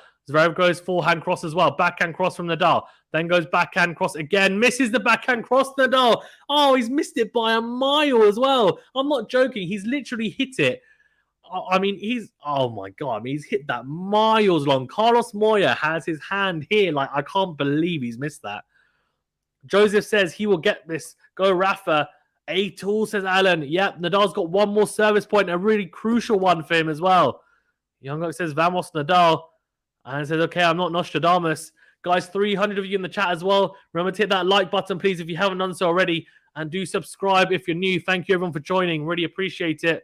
And it says 10-8 Zverev. Yeah, exactly. We'll see.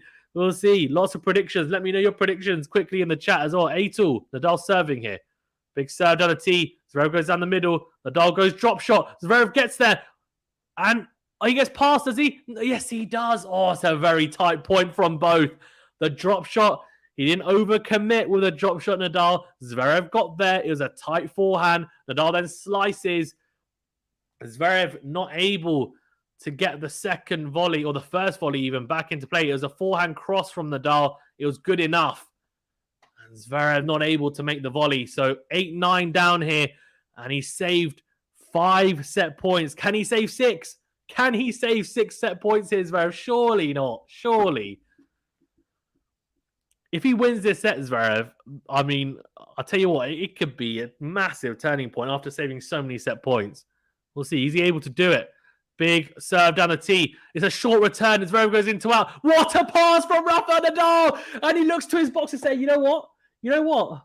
I may have had 5 set point opportunities, but the 6th time, I'm going to take it. Really good from Rafael Nadal. Ridiculous from the Spaniard. The return was so short. He got away with it, though, because he read the approach from Zverev. He came up on the court. He went into out with a forehand approach. Nadal reads it. He goes to his forehand side. He whips it down the line. What a forehand. And Zverev not able to get anywhere near that with a volley. He just looks behind him to say, wow, what has just gone on here?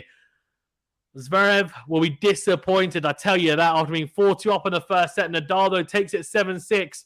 And it was a marathon set, 1 hour and 33 minutes. The game yesterday between Świątek against Kasatkina was over in 1 hour and I think it was 1 hour and 12. So the whole match was less than this whole set. 10-8, Nadal takes the first set. Alan says, this set is so great. Matthew says, awful net play by Zverev. He's so bad at the net, it's unreal. I agree, yeah, he's not the best at the net. He's good at times. It's really difficult to understand because his technique and the way that he volleys seems okay. It's just his conviction is not always there. That's the problem, I think, Matthew, and I agree with you. Poker says, oh my God. And Alan says, nicely done. Sam says, oh my God, I couldn't type for Zon. I was frozen. Woo, 6-2 down. I couldn't breathe. Yeah, what a comeback in the tiebreaker as well, of course, from Nadal. 6-2 down in that tiebreaker. And in the end, somehow manages to take it. Absolutely ridiculous from the Spaniard. Really, really impressive, I have to say. But yeah, just what a set of tennis. Guys, as well, 250 of you in the chat. Thank you very much for joining. Remember to smash that like button if you haven't done so already, the big thumbs up button, and do subscribe if you're new. Really appreciate everyone who has liked and subscribed. But yeah, thank you so much. Thank you so much. Great to have you guys on. What a set of tennis as well. David says, unbelievable by Nadal. Comes back from 6-2 in the breaker. That's going to hurt bad for Zverev. I agree. Sam says, vamos, Rafa. And Joseph says, I told you, brother, the pressure got to him. Sam says, I can't believe he came back from 6-2. Sam says, I've just subscribed to your channel. Thank you, Sam. Really appreciate it. If, like Sam, you are enjoying the stream, and, of course, you want to tune in for later on, which is Casper Ruud versus Marin Cilic in the other semi-final. Tomorrow, we're going to be doing Świątek versus Coco Gauff. And then on Sunday, we'll be doing the winner of this match versus the winner of Cilic Ruud in the men's final. Then make sure you hit that subscribe button, the big red button. It's free. It doesn't cost you anything. I really do appreciate it, like Sam has done. So I do like the video as well. The big thumbs up button helps us out a lot. Matthew says, Nadal reading the serve down the tee, neutralizing the rally, and Zverev so uncertain with the mid-court ball has been the difference. Yeah, I think he's got away with a couple of them, Nadal, where it's been very, very short returns. Like, he hasn't really neutralized it. It's just been... He's in the defensive... How can I explain this? He's not really got to neutral, so he hasn't neutralized the point, but he's done enough to at least be on the back foot and be in a defensive stance in the point. And it's been enough at times because what's happened is he's just dropped the return over. Zverev's come forward, and I guess exactly what you said there about the mid-court ball. Zverev's been uncertain, and either he's missed it at times, which in really big points, or what he's done is he's trying to go into the forehand of Nadal, and Nadal's read it every time, and he's passed him. And when I say every time, it's the last few points, the last few big points in that breaker, and towards the back end of the set, he was doing it. And Nadal made him pay. Lalo says, Authentica Machina. Machina? I don't know. Probably butchered that. Apologies, Lalo. Sam says, go Rafa. And Elizabeth says, oh, yes. The King of Clay, a show of a masterpiece. Bravo, bravo, Idol Rafa, simply the best. Simply the best. Song, isn't it? Matthew says if Zverev has anything about him, he'll emulate what Rafa would do in this situation and try and get a fast start to the second set. Can't be feeling sorry for yourself. I agree. Thing is as well, I don't think he'll feel that bad about it. The reason why I say that is because yes, he was 4-2 up. But what I would say is he saved 5 set points. Now, to me, that's a good sign. It's a good sign that at least he saved them because he could have, as I said, capitulated at the first set point, second set point. He didn't. And that was at 5-4. We then find ourselves in a tiebreaker. Yes, he's 6-2 up. I get that he then had 4 set points himself. But Nadal still ended up having to take his 6th set point opportunity. So he still had more set points than Zverev. But yeah, this will be a real mental test for him, no doubt. Robbie said Zverev is going to win the match. He still has the right mindset.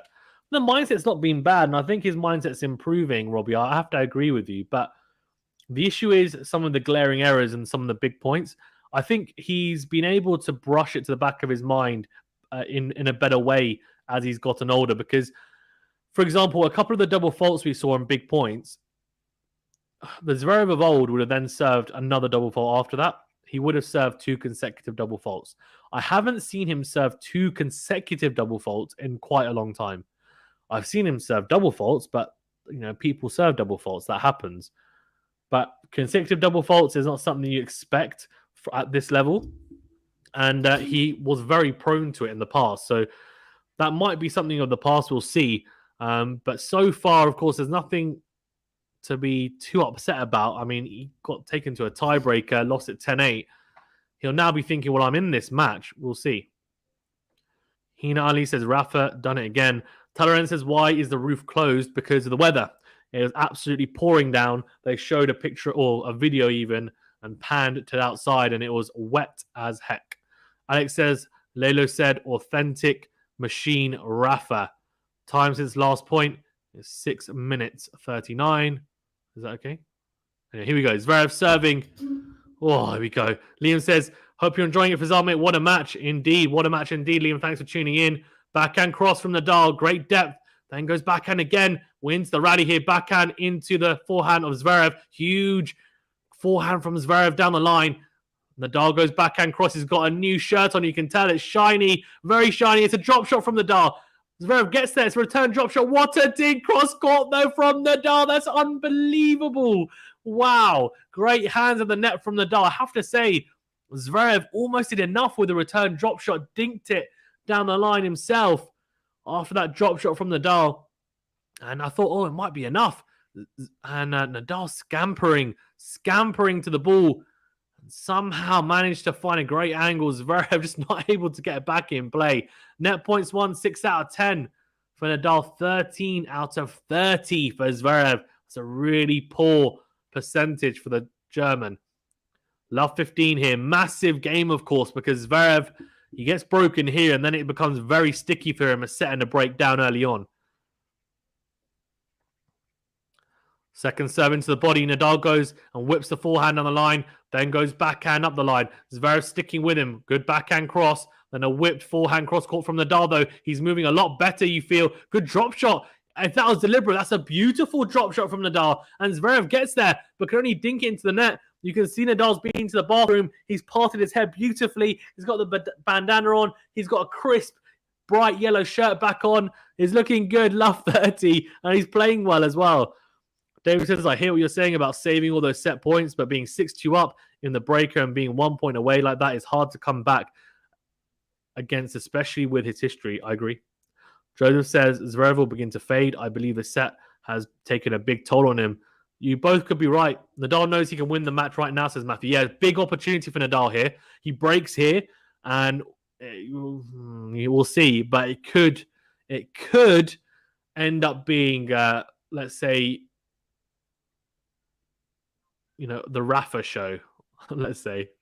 Here we go. Backhand the line from Nadal. And the backhand from Zverev goes into the tram lines. Love 40 here. Zverev. It's always tough after you've just lost a tiebreaker to serve first It's a big responsibility. There's a lot of pressure. He's love 40 down here. Massive opportunity for Nadal. 3 breakpoint opportunities early in this second set. It's the first serve down the tee. Nadal goes backhand down the middle. And the backhand from Zverev goes long. He does break, and he breaks to love. Zverev looks at his box and say, what am I supposed to do? I don't know what's happened. I was 4-2 up, and now he finds himself a set and a breakdown. Rafael Nadal is potentially on his way here to another final at Roland Garros, which would be his 14th. Of course, he's never lost a final at Roland Garros, so we'll see. I mean, it's still not over yet, but setting a break now, it's definitely a mountain to climb for Zverev, especially if Nadal holds here. That's the key thing. Nadal holds here and goes 2-love up. Then we start talking about it being a real mountain to climb. Matthew says Nadal knows he can turn the screw right now. His short ball slice is working a treat. Yeah, so he wasn't executing it well in the first half of the first set. And then he started, I think, utilizing it better towards the back end, wasn't he, Matthew? A bit shorter, a lot more pace and low over the net. Better angles found at times as well on it. It was just so much better. And yeah, it's definitely worked. Definitely worked. Matthew says that first serve down the tee is getting returned so easily. It happened to Novak on Tuesday. Agreed. I was actually thinking that, and you made a good point about that, Matthew, because Zverev has been quite predictable, getting just hitting a lot of first serves down the tee as of late. Hasn't really mixed it up at all. I think he's trying to rush Nadal down the tee and trying to win 3 points by going down the tee because it's a shorter part of the net. Obviously, less time if you go down the tee for the returner, but it's not working at the moment. Needs to change it up. Second serve into the body from Nadal, forehand cross court, even from Zverev. Wins the rally. Nadal goes forehand down the line, then goes backhand cross. Zverev goes forehand cross. The depth from Zverev is not there compared to what it was in the first set, and he does go long with the backhand cross. He was hitting the ball a lot deeper, Zverev, in the first set, but it has to be said that Nadal was also hitting the ball a lot shorter. He's now up the ante on the depth on his ground strokes at the start of this set, and it's definitely paying dividends so far. 15-love. Taloren says Rafa's return ability is really underrated. Is it? Rafa's the top 3. He's in the top 3 returners of all time, in my opinion. Novak's number 1. I'm happy to admit that, even though I'm a Rafa fan. I know that because that's just how good he was. Murray's up there. He's probably top 5. But Nadal's top 3. He's probably second or third. I need to look into... Agassi was a great returner, wasn't he? Wow. But yeah, I need to see some stats on that. But yeah. Okay, I'm not going to read it. Poker saying as Zverev getting destroyed. Not only has Nadal broken his hit in the game, but he's broken his spirit too. Second serve into the body of Zverev. Goes down the middle of the backhand. Whipped forehand cross court from Nadal. Whips it again cross court. The lasso forehand's out in full effect. Then goes backhand cross. Very good depth from Nadal. Backhand on the line. Zverev sticking with him though.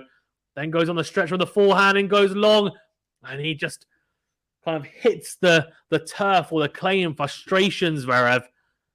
He's 1-love and 30-love up here, Nadal, on serve. After a very trying first set, he's bouncing back in, Nadal. And a set and a break up, he'll be feeling really, really good about his chances. I tell you that.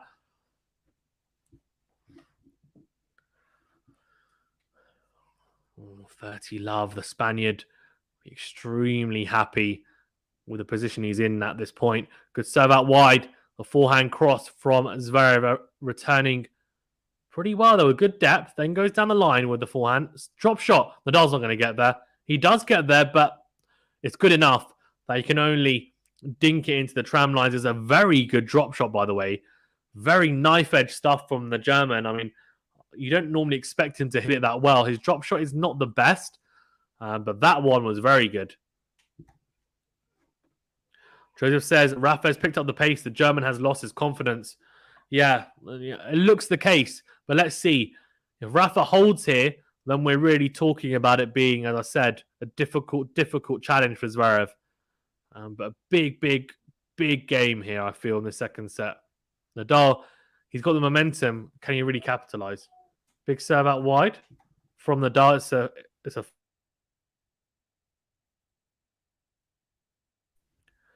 second serve here for Zverev to have a look at 30-15 up.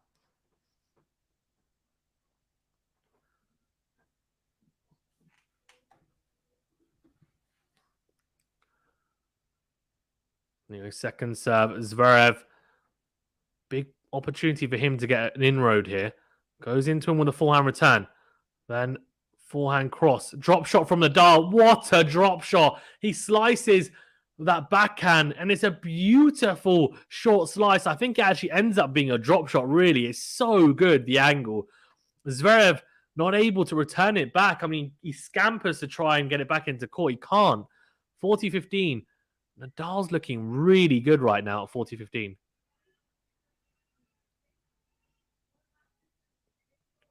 Here we go.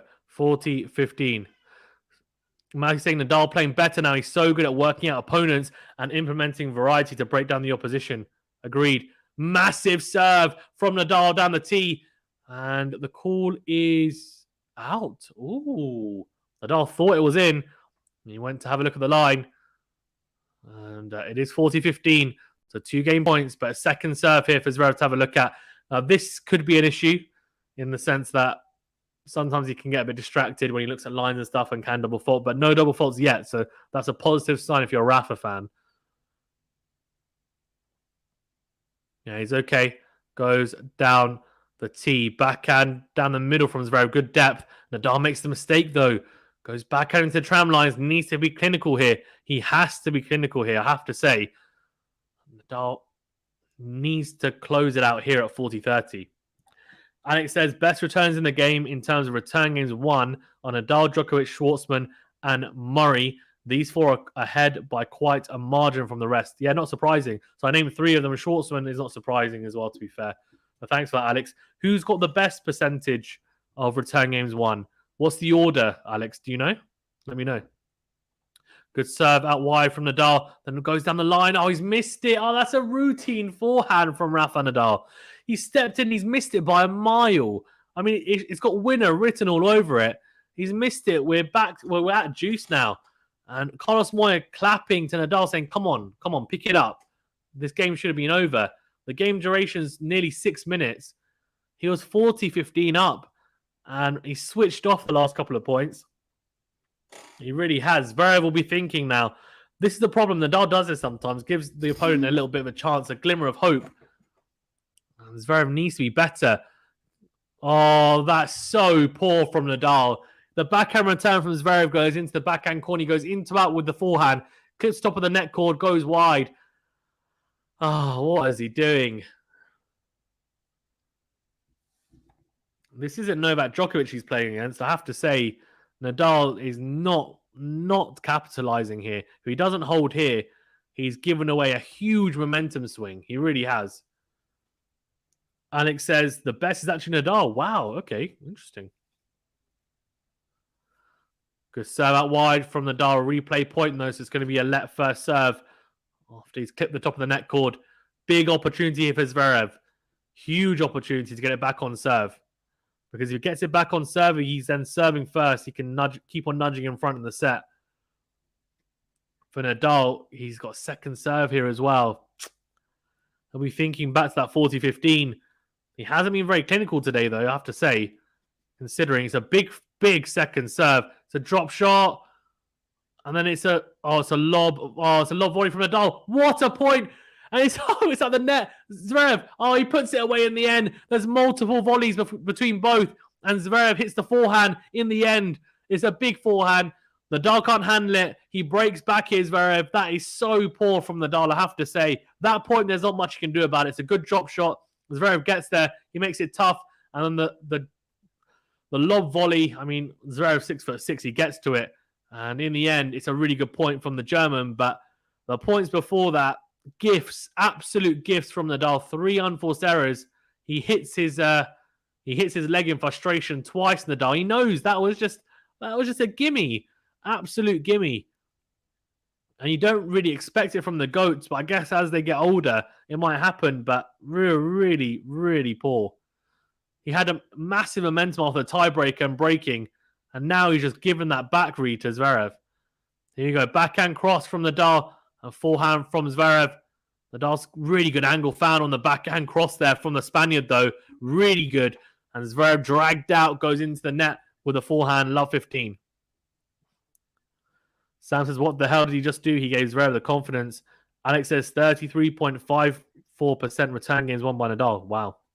Sam says, well, now Zverev will come back. That was poor. Yeah, it was poor, I have to say. So let first serve. Thing is, right, I mean, if you get broken and your opponent plays a blinder of a return game, it can happen, and I understand that, but that was just poor. Matthew says Nadal handed Zverev a lifeline. Question is, can the German take it and use it? Love 15 again, and we know what Nadal does with that. Yeah, we do for the most part, but we'll see. All very short returns. Zverev comes to the net. Oh, the volley's not good enough, although the pass is pretty big from Nadal, I have to say. But the approach was really poor from Zverev. Nadal steps in, crunches the backhand cross pass, and Zverev tries to kind of just control the forehand volley into court, and it goes into the tram lines. Yahak says, Nadal, who is Zverev? Yahak is just like, Yahak, anyone apart from Nadal, he doesn't know anyone else, but he's like, come on, there's only one player on the earth, and it's Nadal, and he's the best. Love 30 here. Zverev under pressure after just breaking back. Are we going to see 3 breaks of serve early in the second set? Massive whip forehand from Nadal. Then goes backhand on the line. Oh, he's missed. Oh, that's another gimme. And that's another point where Nadal basically stepped in and it's got winner written all over it. Winner written all over it. It's sat up for him. He stepped into the court. It's the right choice to go down the line with the backhand. He's missed it by a mile. 15-30. That was a let-off for sure, because at love 40, you almost feel like it's certain Zverev gets broken. At 15-30, it's a different story. If he can find a first serve here, that's for sure. Big serve from Zverev out wide. Doesn't make it, though. It's just wide. So second serve here. And it says Yahak would fit in well at the Australian Open law. He loves Nadal, though. He loves Nadal. Second serve. Into the body. Massive forehand on the line from Nadal. Steps in. Goes backhand cross. Zverev loops the forehand into the backhand corner. Goes backhand down the line. It's a very passive point from both. But in the end, Zverev puts away a big, big forehand. It's so poor from Nadal, I have to say. I mean, again, doesn't put the foot on the pedal at all there. Just kind of says, okay, well, I've got to neutral. Let me slice that down the middle of the court. Is that really the right play? How many times has Zverev hit a forehand down the line winner after Nadal's sliced down the middle of the court? I'd like to see the stat for that because it's a lot. Forehand winners, by the way, 9 for Zverev, 4 for Nadal. That does say a bit about how the rallies have gone, the longer rallies. Into and forehand from Nadal. Big backhand cross from Zverev. Wins the rally. Nadal goes backhand on the line. Then steps in, goes cross-court with a forehand. Then goes cross-court again. Zverev goes up the line with a backhand. Backhand cross. Forehand from Zverev, very short cross-court. Then a slice from Nadal down the line. Slices again. Zverev goes slice as well. And the call is out. They're going to have a look at the mark. It's interesting, by the way, as well. I have to say that Nadal hasn't hit a lot of into-out forehands. And I think that's partly to do with the fact that I don't think he's feeling the into-out forehand as much as he normally does, which is why he is... which I think is why he's actually hitting a lot more backhands, but also because Zverev's able to hit a very good backhand down the line with good depth. And it means that Nadal almost doesn't have time sometimes to go around it. Yak says New Zealand. Very good. King of the Clay. Difficult to defeat Nadal. I don't know. We're not going to be able to pronounce that name, but thank you for tuning in. It's a breakpoint opportunity here for Nadal. Short return. Such a short return. And put away from Zverev. As he should. I mean, it just dropped over the net, sat up beautifully for Zverev, steps in, crunches the forehand into the open court, and we're at juice. Nadal had that breakpoint opportunity. The return just not good enough. He should have read it, really. I mean, it was down the tee, which is a serve he's been hitting predominantly anyway on that side, like Matthew pointed out earlier, and it has been the case. There we go, juice. Good serve on the team. Massive serve. Oh, it's so poor from Zverev. He comes to serve and volley. He tries to just dink the volley over the net, and he goes into the net with it. He dumps that ball into the net. That is really poor. He needs to do better with that. A lot better. It's another breakpoint opportunity here. I have to say, if Zverev played the bigger points better in this match, he could easily have found himself a set and a break up himself. Big serve out wide from Zverev, and it's a forehand cross court from Nadal. Then goes backhand on the line. Then goes in back with a forehand. Zverev sticking with him though. Backhand cross from Nadal. Forehand cross from Zverev. Then goes backhand up the line. Nadal goes backhand up the line as well. Backhand cross from Zverev. Good depth. Good forehand from Nadal. Drags Zverev up. Then goes down the line with the forehand. Zverev on the back foot, but sticking with him. Goes backhand down the line again. Backhand cross. Forehand cross from Zverev. Backhand from Nadal up the line. Backhand cross from Zverev. Forehand cross from Nadal. Slice. Oh, I was going to say slice, but it's not. It's actually a drive backhand from Nadal. It's drive backhand on the line again. Forehand. What a rally. Who's going to blink first? Slice from Zverev. Nadal then goes in to win with the forehand. Backhand cross from Zverev. Great backhand. Nadal sticking with him. Has he kept the line? He has. What a backhand from Nadal to stay in the rally. Great defensive work. It's a short forehand from Zverev. Miss-hit backhand from Nadal. He's on the stretch. He's a squash shot. It's a slice from Zverev. It's a drop shot from Nadal. Is it? No, it's not. It's just, oh, what a miss from Zverev. Oh, my God. Nadal slices it down the line. It was a war of attrition. And Zverev goes cross-court with the backhand. He goes wide. What a point. Wow. Whew. Almost lost my voice commentating that. Nadal goes to sit on his chair straight away. He's out of breath. So Zverev. Zverev looks at the ground to say, flipping heck. What a point that was. How, and he's not surprised. I don't think he's missed it because he would have just been thinking, my legs are killing me after that point.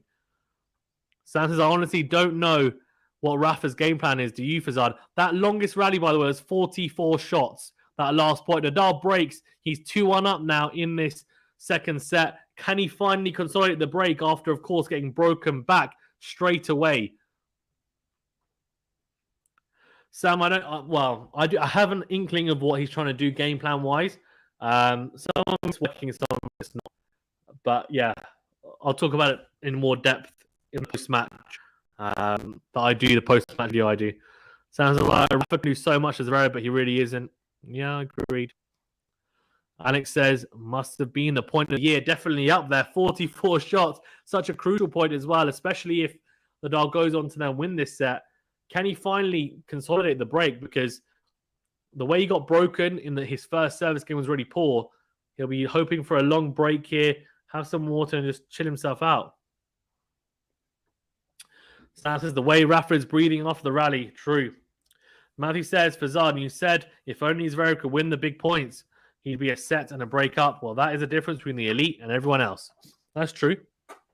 That's true. Yeah. Thing is, I'm not even necessarily saying the pressure points or all the pressure points. I'm just saying there's a couple of points right here or there that are really, really crucial ones. And Nadal just managed to edge him. Like that point just there, right? The 44-shot rally. Zverev kind of manages to win that point. He takes it back to juice. And we're then thinking, oh, hold on. Well, Zverev finds two big serves and he holds. And you're thinking, oh, well, Nadal's under a lot of pressure, right? But didn't manage to happen. Guys, all remember to smash that like button, please, if you haven't done so already. And do subscribe if you're new. Really do appreciate it. You can also hit that join button as well if you want to become a member to support the channel even further. Really do appreciate your support. D. Lundin says, Rafa in 3, please. He needs his strength for Sunday. Joseph says, pressure. Yeah, pressure definitely telling there for Zverev. You can... Yeah, for sure. But 3 breaks of serve. Can Nadal break that trend and finally hold? Mo says, why do Rafa fans worry about Rafa's endurance? They worried about him post-FAA match. And when it went 1-1 with Novak, Rafa has for years been the beast of long battles. It's more to do with the fact that he's getting a lot older, I think, Matthew. And also, he didn't play a lot of clay court matches. So maybe in terms of match fitness, where's he at? I think also you have to remember that the longer points, he doesn't win the majority of the longer points against a lot of people anymore. He more manages to win the mid to short points in terms of length. Massive forehand from Nadal in to win. Oh, Zverev looks at the mark to say, oh, that's just too good. 15 love, and much better from Nadal, the trademark forehand out. But that's why he ends up coming to the net a lot more, Rafa, as well, right? And drop shots as well. trying to shorten points as he should be doing. Shouldn't be trying to win wars of attrition anymore. But he's been smarter, I think, as well. But yeah, he can still play the marathon matches, but he's still not, at 25 where he's able to play back to back to back. Like if he played 5-hour matches, 2 or 3 times in a row, he'd be dead. As most players would be. He was just superhuman in the past, but he's now become more human. He's still incredible, him and Novak, but yeah. Joseph says Nadal will consolidate. Matthew says Rafa can be at 30%. He'll win on Sunday. This is the final. Oh, I'm not sure about that. 30%, maybe 50%. 30% is very low. Second serve into the body. Zverev goes down the middle with a forehand and then shanks the forehand long Nadal. So 15-all.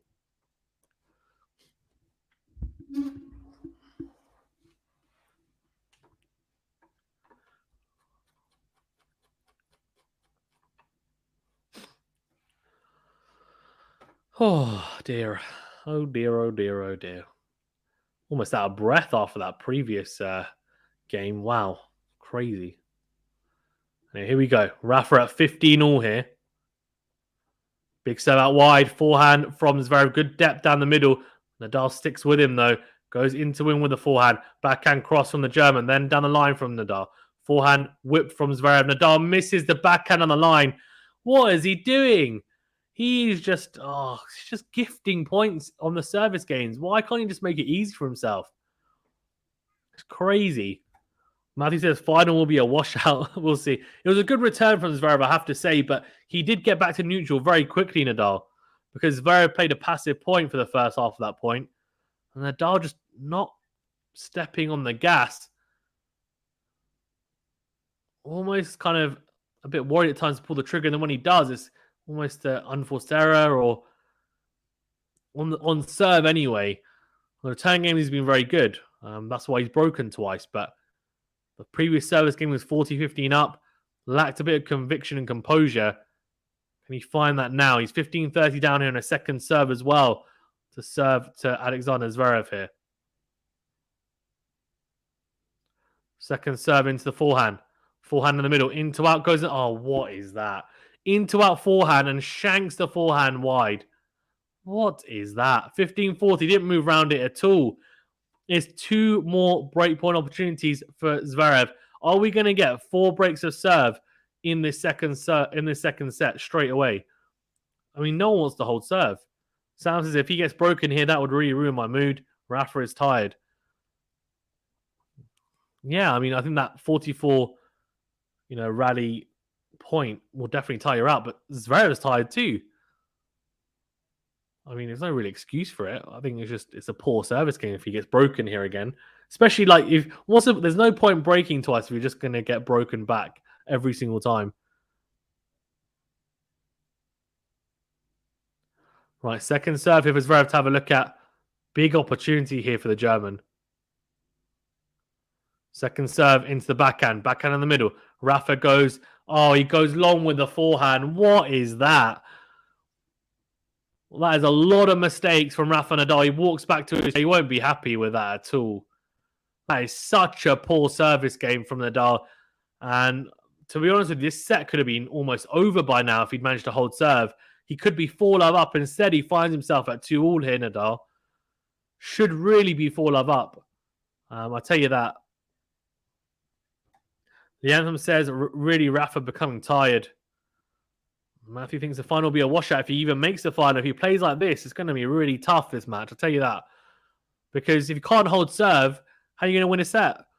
On a tiebreaker? By breaking every single time? Don't know.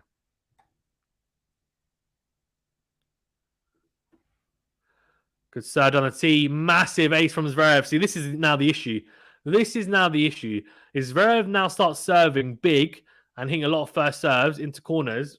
Like, good luck, because Nadal's going to be running around everywhere, and he's literally struggling to even hold serve now. Let's see, can Zverev hold serve and be the first to do it? It's a second serve here for Nadal to have a look at. Let's see, double fault. Watch is firmly on at the moment on this point. Second serve, makes it. Forehand return, massive backhand down the line from Zverev. Then goes backhand down the line again. Nadal on the stretch goes backhand cross into the net. 30 love, really good from Alexander Zverev. Sam says, this is shocking. He's really tired, not a good sign. I wouldn't underestimate Cilic, says Kadir. Do you think? Nah. I don't think Cilic is, I don't know. We'll see. I think the winner of this match wins the tournament. I know that's really cliche and everyone's been saying it, but I do think that even if Cilic manages to completely wreck Ruud in straight sets and breadsticks him a couple of times, I don't know. I don't know. Who knows? Maybe he does it. He's got nothing to lose. Second serve from Zverev. Into the backhand on Nadal. Into the point. Nadal doing well defensively here. And Zverev makes the mistake with a backhand up the line. Nadal sticking with him really well. Just sliding left and right. Defensively having to try and just manufacture a point there. And he does manage to. 30-15. Mike says, if Zverev has anything about him, he should really be capitalizing on this. Agreed. Sam says, sweating a lot as well. He always sweats a lot, though, to be fair, Sam. Just a sweaty person, as most tennis players are. Kadir says, I think Rafa Cilic would be a very interesting matchup. Matthew says, a bit of an energy dip by Rafa, but as shown versus Novak, a regroup pretty soon. Yeah, you'd imagine so. It's not a good sign, though, is it? Backhand cross from Zverev. Massive forehand cross from Nadal. Steps in. Doesn't need to. As the backhand from Zverev goes long. Are we going to get 5? Are we going to seriously get 5 breaks in a row here? Matthew wants to know the first serve percentage for Zverev in this set. 69% in this set. 38% for Nadal. How poor is that? 39%. What? Yeah, 69% for Zverev in this set, Matthew. But overall for the match, 81% first serves made in. Joseph says Rafa will get a second win. You'd imagine. 30. Big serve from Zverev. Clips the back of the service box. Misses the forehand, I think. He does. Nadal does well to return that back into play. And it's not deep. It's not short, though. It's kind of average length. Sits up for Zverev on the forehand. He tries to crunch it cross court. Goes long. And this set has been riddled with errors from both. No one has held serve yet. It's 30-40 here. It's the break point opportunity for Nadal. And we're just handing out breaks for fun here, apparently. Can Nadal break? Surely he'd hold if he manages to break here. Backhand in the middle. Massive forehand from Zverev. Nadal sticking with him. Good depth on that backhand cross. Then goes backhand cross again. Forehand on the line from Zverev. Forehand on the middle from Nadal. Then goes backhand cross. Short. Zverev goes cross court with the forehand. It's a drop shot. Well, it's a slice, sorry, even from Nadal down the line. Whips the forehand cross court. Zverev goes massive with the backhand cross. It was just way too short from Nadal in that point throughout, to be fair. Especially on the forehand side. Whipping it cross court. Not enough depth whatsoever. And Zverev, just, in the end, says, I'm going to step in on my backhand. And you can't afford to go short into Zverev's backhand with the kind of high topspin Nadal's doing, because he just steps in and crunches it like that. Really good backhand cross. He saves the break point. We're at juice. Kadir says, look at how Cilic has been serving, and I think you can see how he could beat Rafa. Maybe. Kadir says, versus Ruud, who doesn't have the experience Cilic does. I don't think he would pose as big a threat as Cilic. I agree. Got a bigger game, hasn't he? Good serve down the tee from Zverev, and the return from Nadal goes long. Missed opportunity in that previous point on break point. Nadal didn't come up clutch at all. I have to say, he could have played that point a lot better. Zverev with a big serve gets him out of trouble down the tee there. So it is game point to Zverev after saving that break point. If he holds serve here, it's a massive hold, considering no one's managed to hold serve as of yet.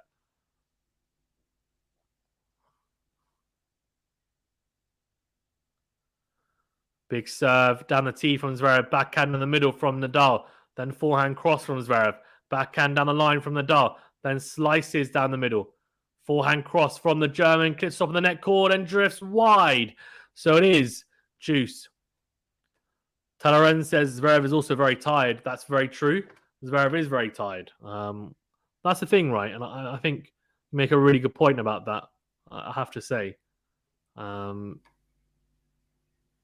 Well, he's definitely tired as well. So you're very, very entitled to say that because it's the right point. And that's what I was saying. It's not an excuse not to hold serve because you're tired. Both are tired. Someone needs to hold serve at some point. Big serve from Zverev. Clips the back of the service box again on the juice side. Into out goes Nadal. Good forehand from Zverev. The drop shot from Nadal's not good enough. Not good enough at all. Zverev gets there so quickly and then brushes the backhand on the line. It's game point for Zverev here. He's done really well, I have to say, the last couple of points. And it's a big, big opportunity now. Massive opportunity for Nadal, for Zverev, sorry, even to hold serve.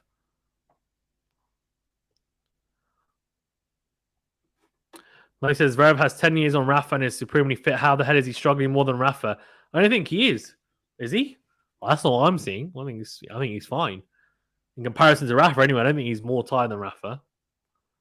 Big serve on the tee. Nadal goes into him with the backhand return. Then backhand down the middle. Oh, Zverev, bad mistake. Tries to go backhand cross. Goes into the net. So we are back at juice. This is a marathon game. We've had quite a few of them as well. We haven't in this match. We really have.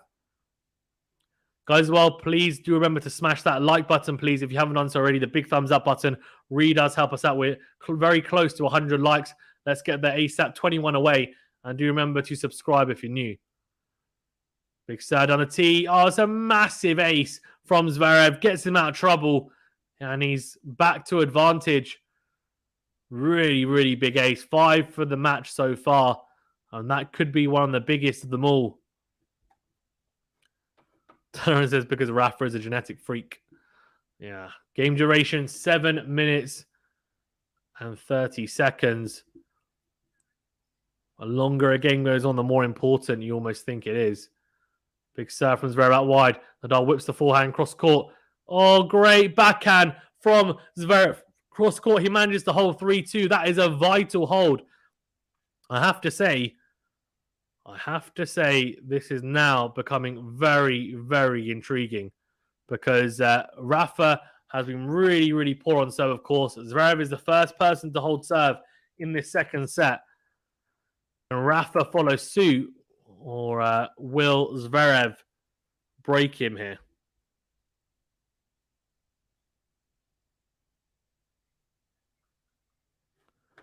Says, to be fair, Rafa is probably on EPO or something, just my 2 cents. Nah, I don't believe any of that. Come on.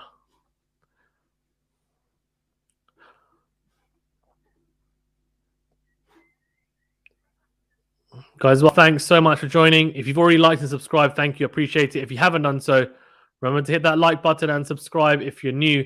Really do appreciate it. Helps us out a massive deal. And it's quick and it's free and it's easy. And it literally costs you nothing. And it takes you 2 seconds to hit the big thumbs up button and to click the subscribe button. We are doing the semi-final later on, Ruud versus Cilic. And we'll also be doing the women's final tomorrow, Coco Gauff versus Fiontek. And also the men's final on Sunday.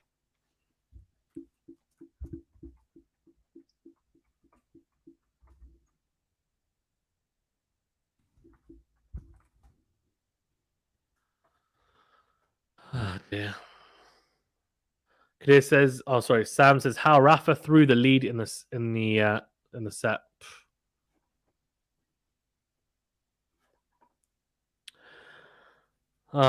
It's just it's poor. I mean, he was 2-1 up. In my opinion, very, very poor from Rafa, I have to say. Yeah. But we'll see. We'll see. There's a big, big game coming up here. I did say that Nadal would win in 4 sets. This could be the set that he almost kind of doesn't take off, but ends up losing after having that marathon first set. But we'll see. He started off very well. 2-3. Nadal serving here. Massive forehand on the line from the Spaniard. Short forehand from Zverev. Nadal steps in much better from the Spaniard and volleys at the net. Why has he not been doing this? He hasn't come to the net that much in this game or match. And that's because he hasn't been committing to stepping forward. He's really just been, at times, trying to grind with Zverev from the back, which isn't the best option for me. When Zverev goes shorter, you just got to step in. Put him under pressure. Make him come up with something fantastic. If he makes it, fine. But we know how good Nadal is at the net. and how good his reflexes and ability to kind of stretch are as well. Matthew says, Kadir, I know he's Spanish, but I don't think we can say that. That's true. Yeah. Good serve out wide from Nadal. And it's a beautiful serve volley. What a drop volley from the Spaniard. It is knife-edge stuff. It really is. Beautiful, beautiful touch. And he really needs a quick game here. And that's what he's looking to do with that serve volley. And the previous point when he came to the net, he's looking to shorten the points. He should be. He's not that muscular, though. As in, he's pretty lean. He's not muscular as in, like, bodybuilder muscular. He's a type of, like, he's athletic muscular, if you know what I mean. Like, there's a lot of footballers with a very, very similar physique to him, and they're super fit. Look at someone like a Lewandowski, very similar physique. Look at someone like, what's his name, Goretzka from Bayern Munich. Definitely. Anyway, second serve here.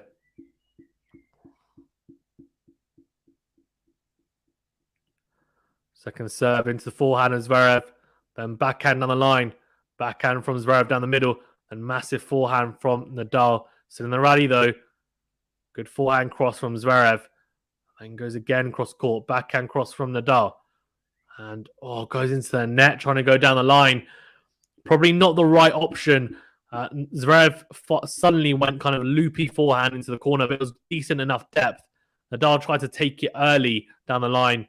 Probably not the right option. Should have probably gone cross court again, waited for a better opportunity. Unforced errors in this set so far, 10 apiece. 30-15 here. Of course, he did get broken after being 40-15 up in the opening service game he had. Can he avoid that same fate? Hold serve and level things up here at 3-all. He is, of course, a set-up. Big set on the tee from Nadal. Short return from Zverev. Drop shot from Nadal. It's way too good. Zverev doesn't even move. Mystic says, Rafa the GOAT.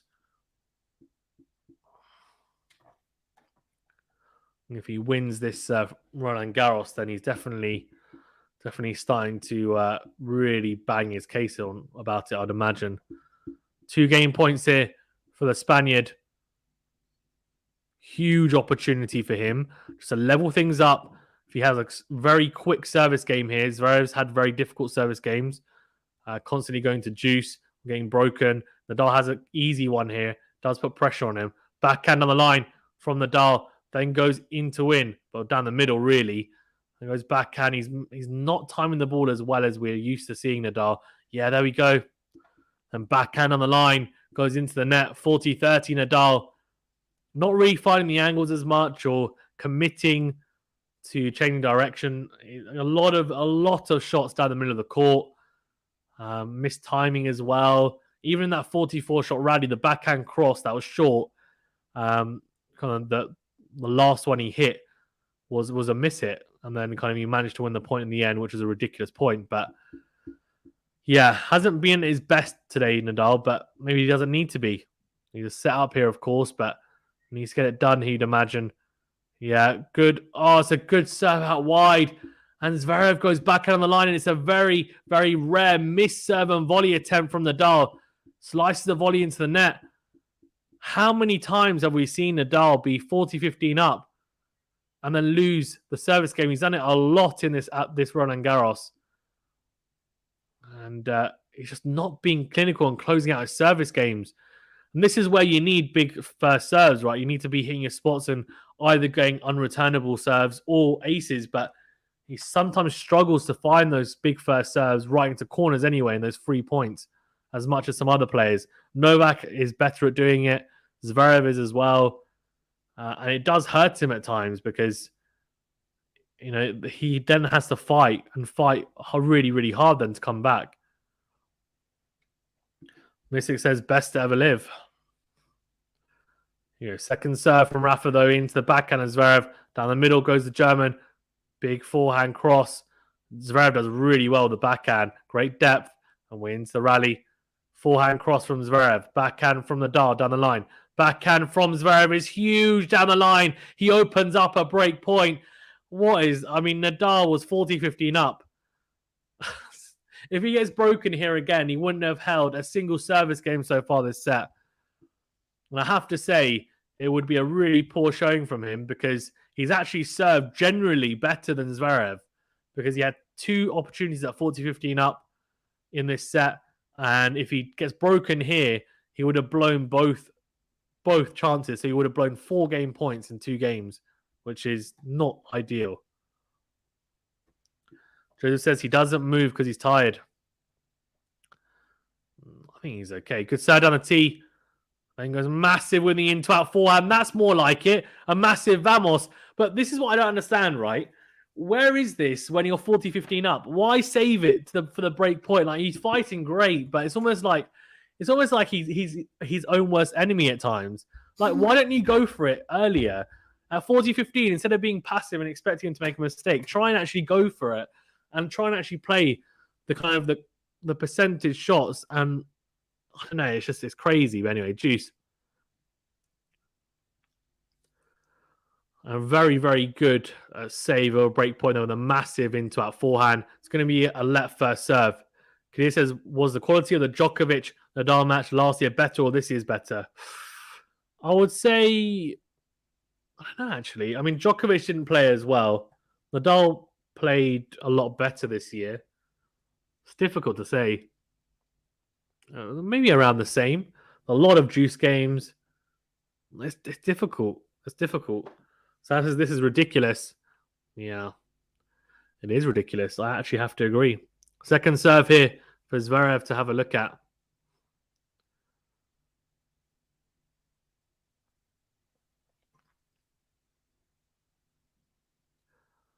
Big opportunity for the German here. 3-2 up, looking to find that breaker serve and go 4-2 up. In forehand from Nadal in the rally. Then goes backhand in the middle. Forehand in the middle from Zverev.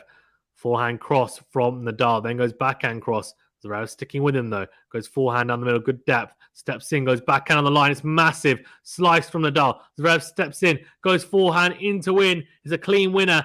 It's way too passive from Nadal. Way too passive. He's struggling to actually commit to being the first one to kind of actually make the first aggressive move in the rally at times. I'm not sure why. And I can only think of one thing, and that's just he's not really feeling like he's hitting the ball as well as he normally does. That's really the only solution that I've come up with. The only answer I've come up with. It's another breakpoint opportunity here for Zverev. At 3-2 up. He's a set down, of course. Could serve out wide, is it? Nope. Just missed it. Not far off, though. Second serve for Zverev to have a look at. Big opportunity here for the German. Massive opportunity. 4 breaks of serve in a row. He managed to hold serve after a juice game, after a very, very tight game. And he has an opportunity now to break. Second serve into the forehand of Zverev. Wins the rally. Backhand cross from the German. Forehand cross from Nadal. The backhand on the line is really good from Zverev. Then goes again in to win. And he's won 3 points in this game like that. Going backhand on the line and then forehand in to win. And it's worked every single time. Nadal gets broken. Zverev 4-2 up in this set. He was 4-2 up in the first set though, however. And he did manage to lose a set. So it's very doable for Nadal to come back, but it doesn't look great considering he's struggling to hold serve here. Really, really poor from Nadal because 2 40-15 games are just not able to capitalize. I mean, it's pretty poor from his point of view.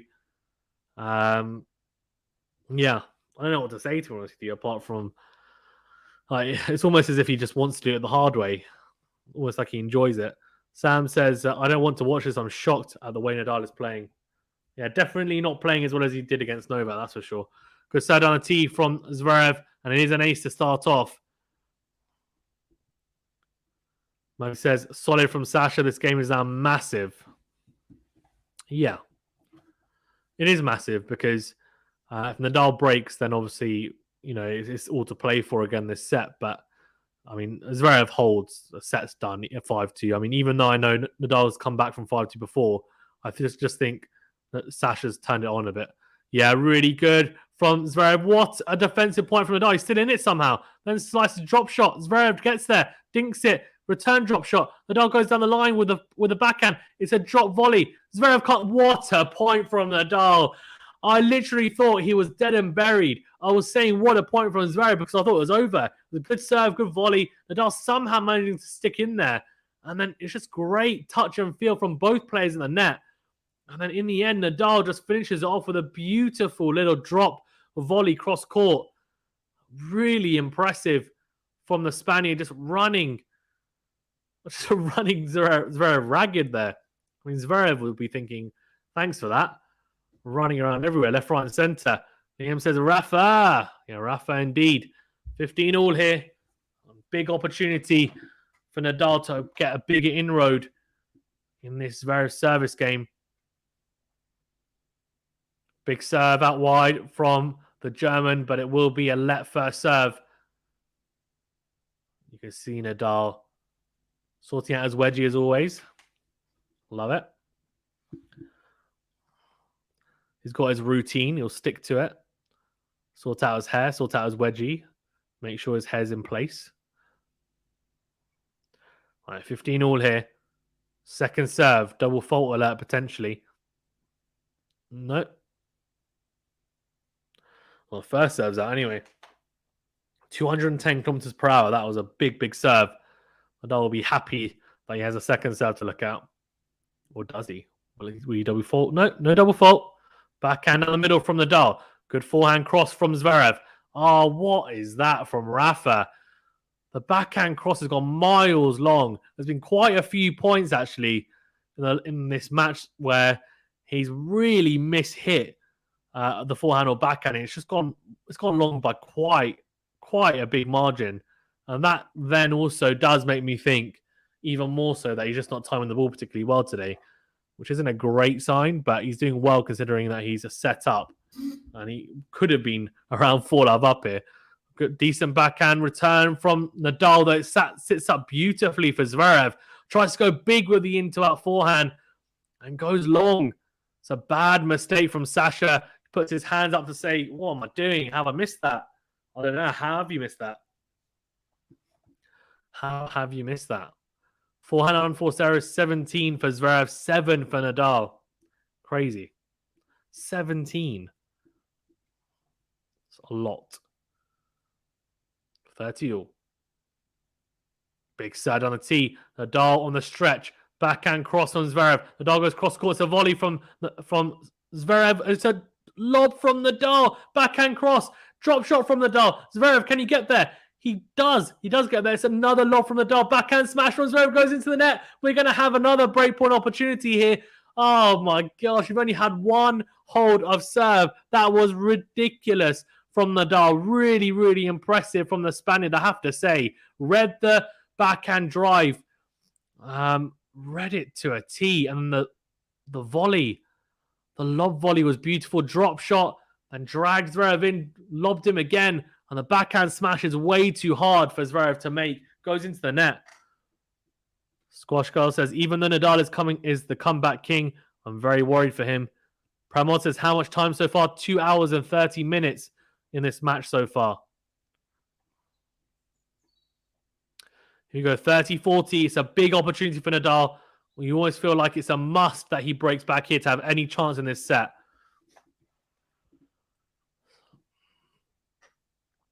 Here we go. Seconds. Oh, it's a massive double fault. Double fault alert. Oh, dear. He shanked that wide. He does get broken. Can Nadal finally hold serve? Can he finally hold serve? Because he's been gifted that break. It's 3-4 here, and it's back on serve. Can he level things up here in this second set? Matthew says, tennis in this set has been so poor. So tired of watching Zverev make a hash of mid-court balls. Yeah, it's not been great, has it, the level in this set, I have to say. Liam says, Nadal is under pressure. Dragana says, Aja there? Zverev? Cheering on Zverev, basically. Squash Girl says, woohoo, please hold serve, Nadal. Yep. Matthew says, Zverev is such a bottle job. So irritating watching him. Matthew hates Zverev. He absolutely slates him on the streams with him. And, well, don't blame him at time. But anyway, guys, as well, thank you so much for tuning in. If you haven't already, please remember to hit that subscribe button. It really does help us out. It's free, and it does alert you to all the new streams we're going to be doing and new tennis videos we release. We are going to be doing Casper Ruud versus Marin Cilic later, and I'll also be doing Coco Gauff versus Iga Swiatek tomorrow, and we will be doing the men's final on Sunday as well. So a lot of tennis to get through. We're also going to be doing a post-tournament chat with Gil Gross at 6 p.m. UK time on Monday is when it's scheduled to be had. So do make sure that you subscribe so you get alerted to that as well. And do remember to like the video as well. Let's see, how many likes are we on? 82. So only 18 likes to 100. If you haven't already hit that like button, it's a big thumbs up button. Please do. Really does help us out. I do appreciate it. Thank you to everyone that has liked and subscribed. If you do want to help us out even further, there's a couple of ways you can do it if you want to help contribute to the channel and help us grow and make the channel better. It's via the membership scheme on YouTube, which is the join button after subscribing. No obligation, but it does help us out a great deal. And also via Super Chat as well on these streams. Here we go. 3-4 Nadal serving to level things up and finally hold serve. Can he do it? Into him with the forehand return. Backhand cross from Zverev. Oh, what is he doing? Nadal just short throughout the whole point. And Zverev cashes in with the backhand, goes cross court. Nadal on the stretch. The thing is, Nadal wasn't... The issue Nadal has is there's two things. He's not going into the forehand because he's worried he's going to go short and Zverev will step in. But what he's doing is he's going short into the backhand. And he's not mean to go short to the backhand. He's just, his depth isn't there at the moment in this set. And Zverev's stepping in and just crunching the backhand cross. And Nadal has no chance because to try and get to that backhand cross at an angle is impossible. Oh, it's a ball mark inspection. I thought the serve was in. And call is out, though. Is it in or out? In, out, shake it all about. Yeah, it's a fault. Matthew says, the reason I get irritated is because he can look awesome, but on the big moments, he does what we just saw. Yeah, I mean, he has looked awesome in a couple of big tournaments, but I think it's more in the Grand Slams, right? Although I thought the US Open semi-final against Djokovic, he played quite well, although he could have won that. Went to 5 sets as well. I thought he could have won that big time. Second serve into the body. It was very short return. Massive backhand cross from Nadal, and it's almost a mirror image of what's been happening. Nadal this time, though, aggressor on the backhand cross. Really impressive, and Zverev the one who has to then give way to conceding the point. So 15-all.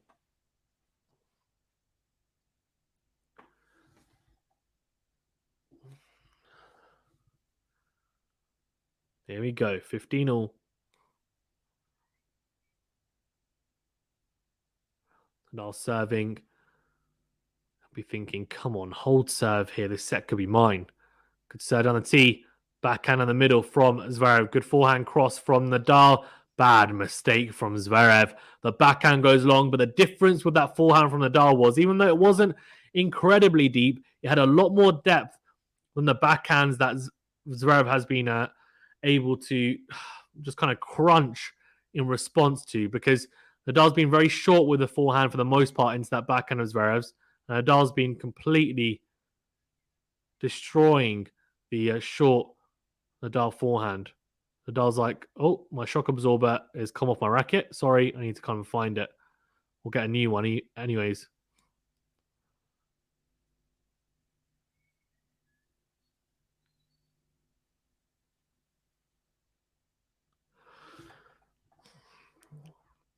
Matthew says if this set comes down to who can win it when not playing their best, then Rafa is the master. Yeah, that's the thing. So I think it's all going to be down to this game, I think. I think if he holds serve here, I'd be not confident, but I'd say like he's a favorite then to win the set.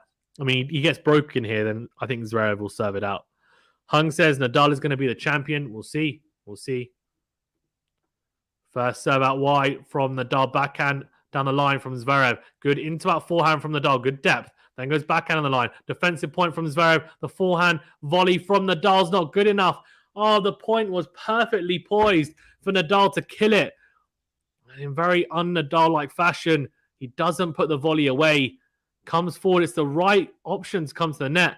But he kind of, I think he tried to go drop volley, but he just didn't get any spin on it. He kind of just pushed it back into court. And Zverev passes him beautifully down the line. So instead of 40-15, we have 30-all. Under pressure again, Nadal on serve.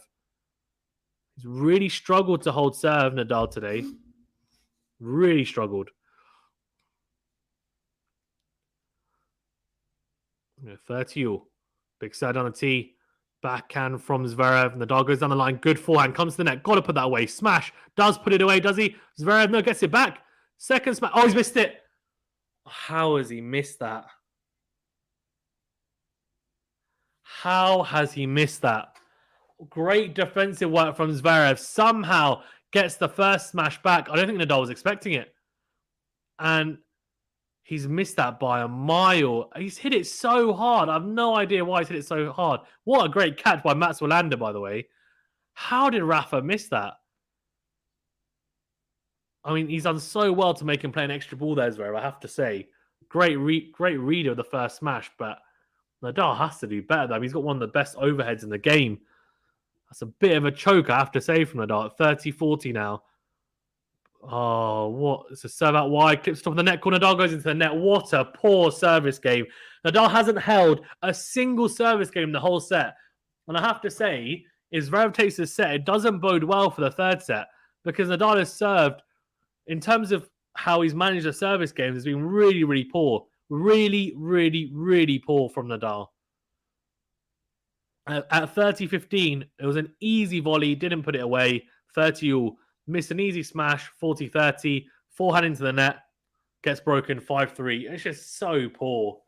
I have to say, his level has dropped dramatically in the second set. And if you're a Rafa fan, you're probably just hoping that, well, okay, he's normally does have a set or two where he does kind of almost drop a level and then he comes back. So we'll see. Sam says, I'm over this. Squash Girl says, Nadal, I'm going to pull my hair out. Sam says, I'm falling asleep. I'm falling to sleep. Now Zverev takes a set. Zverev enforces Sam. Massive from Nadal. Good return. And the forehand from Zverev, even goes into the net. Surely Zverev just serves it out here. Surely, although I say that, there's only been one hold of serve. The whole... Oh, sorry, it's a double fault even, sorry. Hey, what's going on here?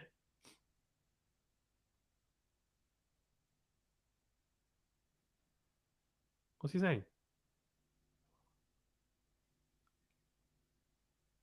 What's Zverev moaning about to the chair umpire?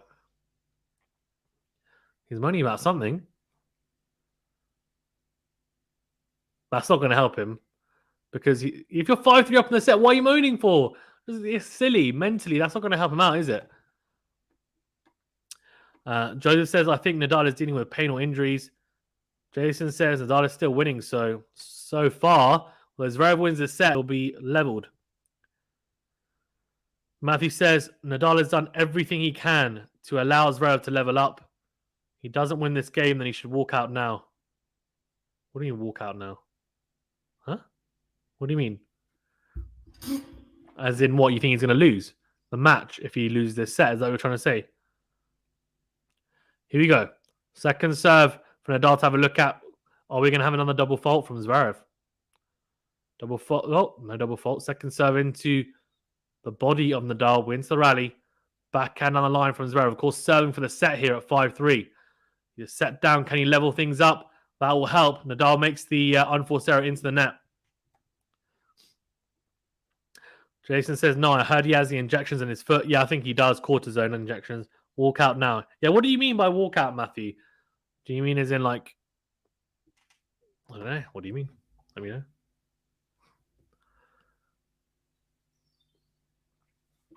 Here you go. 15-all. Zverev goes down the tee. Forehand from Nadal goes long. I'll be disappointed not to make that return. It's 30-15. Zverev 2 points away from the second set. It's been a very tame second set from both players, really. Only one hold of serve up until this point. I mean, can you believe it? I mean, quality's really dropped in the second set, especially from Nadal as well. Not a single hold of serve from the Spaniard. Second serve here now. Only double fault. Always on double fault watch. He does. There we go. 30-all. Have a 3-point Nadal. That'll help.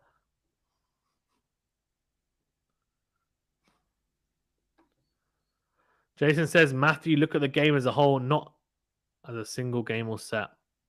No, he says, I meant that if Zverev can't take this opportunity, then he might as well chuck it in and leave. Obviously, I don't mean literally. Oh, you're talking about Zverev. Fair enough. 30. Oh, first serve into the net. Is he going to double fault again? He's 2 double faults so far in this game. Is he going to serve consecutive ones? I said that those days might be behind him. Let's see. He does make it. It's a very slow second serve. 134 kilometers per hour. Nadal has to capitalize. Go backhand cross. Then goes forehand cross. Zverev goes backhand up the line. Goes long. 30-40. We have another breakpoint opportunity here. This time for Nadal. Zverev has been serving for the set. And he's going to have to save a breakpoint opportunity if he wants to take it now. Nadal with a chance to get it back onto serve. But I say back onto serve as if it's level terms, but it's not, because Nadal hasn't been able to hold serve once. But can he give himself at least the opportunity to keep fighting here?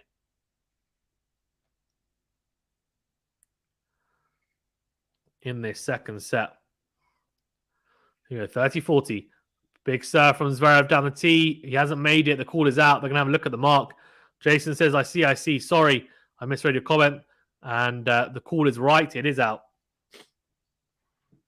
Matthew says, Team Zverev need a sports psychologist. This is ridiculous. Yeah, I think every team should have a sports psychologist. I think it's a great idea.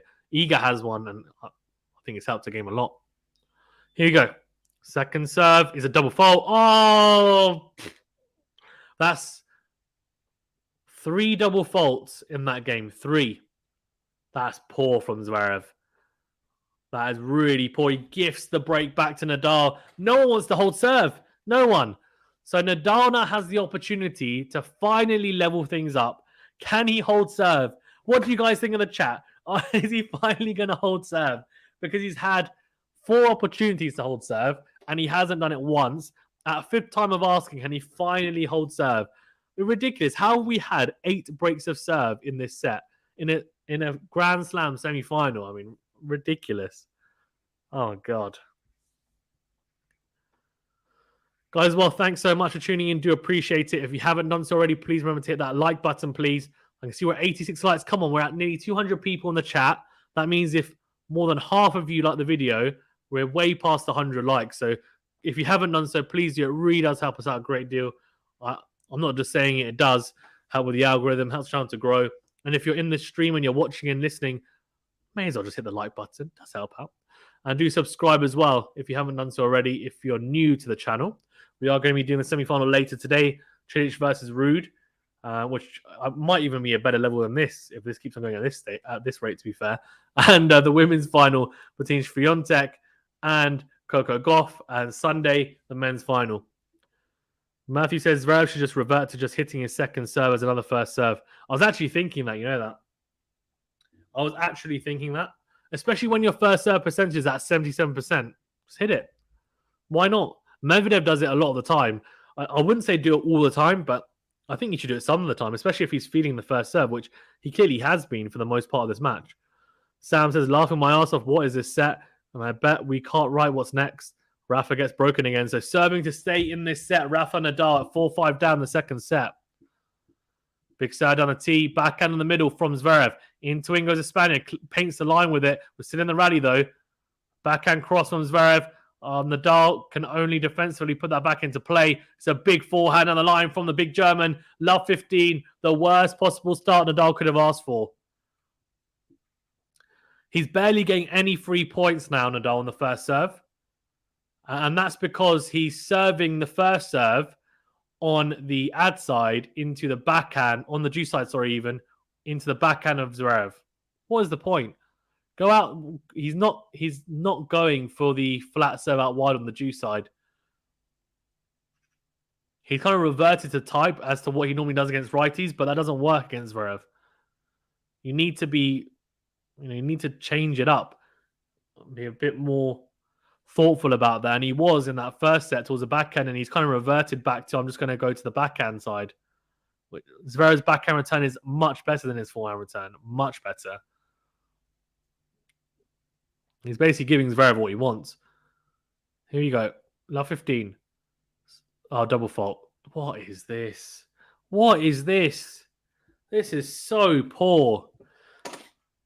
I mean, Carlos Moya looks he actually looks embarrassed at the moment. Joseph says they are both tied and under pressure. Maybe. Double fault from Rafa. Love 30s. Zverev potentially 2 points away from the second set. And he would have only held serve once. Can you believe that? That's actually ridiculous. Here we go. Love 30. Big serve from Rafa out wide. Much better into the forehand side. Exactly as I said he should do. Then hits the overhead and volley at the net. Easy as you like. 15-30. Much better from the Spaniard. You've got to hit your spots. If you don't hit them, you don't hit them. But you've got to commit to it. I feel like he's almost thinking, I'm just going to hit my first serve in. But there's no point doing that because Zverev he's a good enough returner that he'll hit a deep enough return, especially if it's on the backhand. And he wants to be having either to be able to come into the net and volley or the 1+ shot to be an attackable ball that he can hit a good forehand on.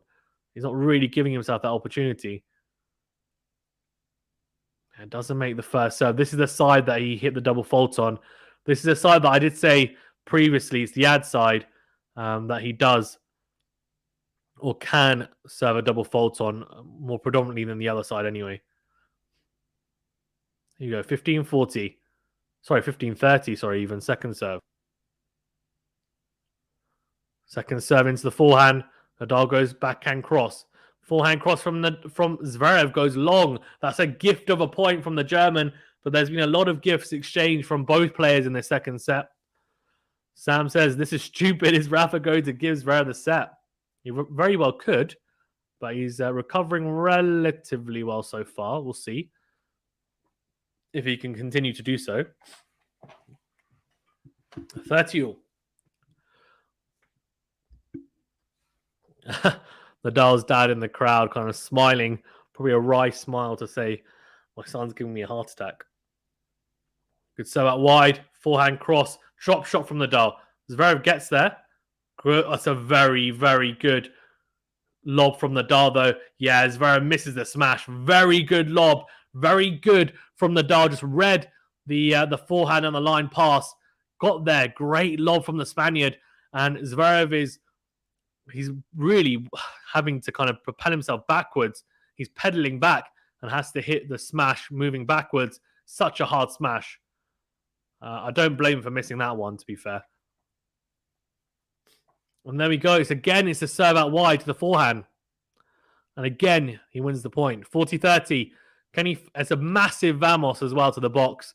Can he finally hold serve? Finally. We're about to find out. Big serve down the tee. Oh, the call is out. That looked very close. Well, it needs to just make the second serve and then he's going to have to grind with it, really. Unless he does what he did against Novak in one of the games when he was 40-30 up under pressure and hit the second serve ace, which is very rare, but could get him out of trouble. Goes down the tee with a second serve into the forehand backhand cross. Forehand cross from Zverev. Then goes forehand into in. Rafa goes backhand cross. Forehand cross from Zverev again. Nadal steps in. Goes backhand cross. Then goes backhand down the line. Beautiful backhand down the line. Nadal comes to the net. Volleys beautifully. He does hold. 5-all. There's a big, big fist bump from Nadal. He does manage to hold. And he comes back from 4-2 down again. And 5-3 in this second set to level things up at 5-all. Are we going to have another tiebreaker on our hands? We very well could do. Zverev under pressure now at 5-all. Nadal has won the last 2 games in this second set.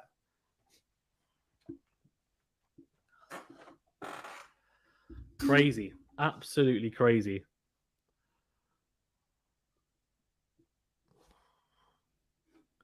Sam says, let's all clap for Rafa. I'm being sarcastic. We'll clap for Rafa and Zverev. 5-all. Oh my God. What am I watching? My eyes are burning. 5-all. Good serve from Zverev, wins the rally. Great return from Rafa. Great depth. Then comes to the net.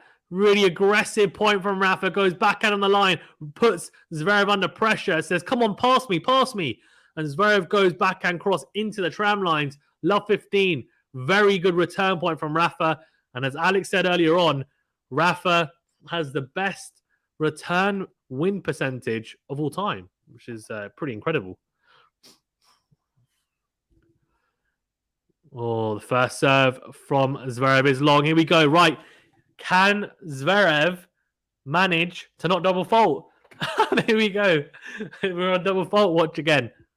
Oh, that's a very, very, very tight second serve. 136 kilometers per hour. That's like 70 odd miles per hour. Wins the rally. Backhand from Nadal down the line. Backhand cross from Zverev. Has Nadal on the stretch. Is a squash kind of forehand from Rafa. He's in the rally. What defensive point. Some whips the forehand cross court. What a point from Rafa. He has Zverev moving left, right, and center. He's on the back foot for most of the point and somehow manages to flip the point on his head. Transitions to attack really quickly on the front foot. Whips the forehand cross court. And Zverev gives him the angle. It was just not good enough really on the forehand on the line. Just kind of arced into Nadal's hitting zone and read it so beautifully, but the defensive work with the backhand slice, especially low of the net, made it difficult for Zverev. Really impressive. Love 30. Matthew says, Sam, you don't have to worry. However poorly Rafa's level drops, Sasha is not good enough to take it. He's top 3 in the world, but plays like 300 on big points. Not against anyone outside of the top 10, to be fair, Matthew. Good serve out wide. Backhand cross from Nadal. Forehand cross from Zverev. Backhand from Nadal short. Zverev goes forehand cross. It's a pass opportunity. Doesn't take it, though, Nadal. He goes cross court right at Zverev. And Zverev reads it's a good volley in response. 15-30, sorry, even. Sam says, I hope so, Matthew. Sam says, I'm not impressed by Rafa at all, putting me through this stress at 28. 26, sorry, even. I added 2 years to your age, Sam. At 27, I'm going to be 28 soon. I'm old. And Joseph says, let's go, Rafa. We've got the Rafa cheerleaders in the chat. Any Zverev cheerleaders? Any? Come on, put your hand up if you are.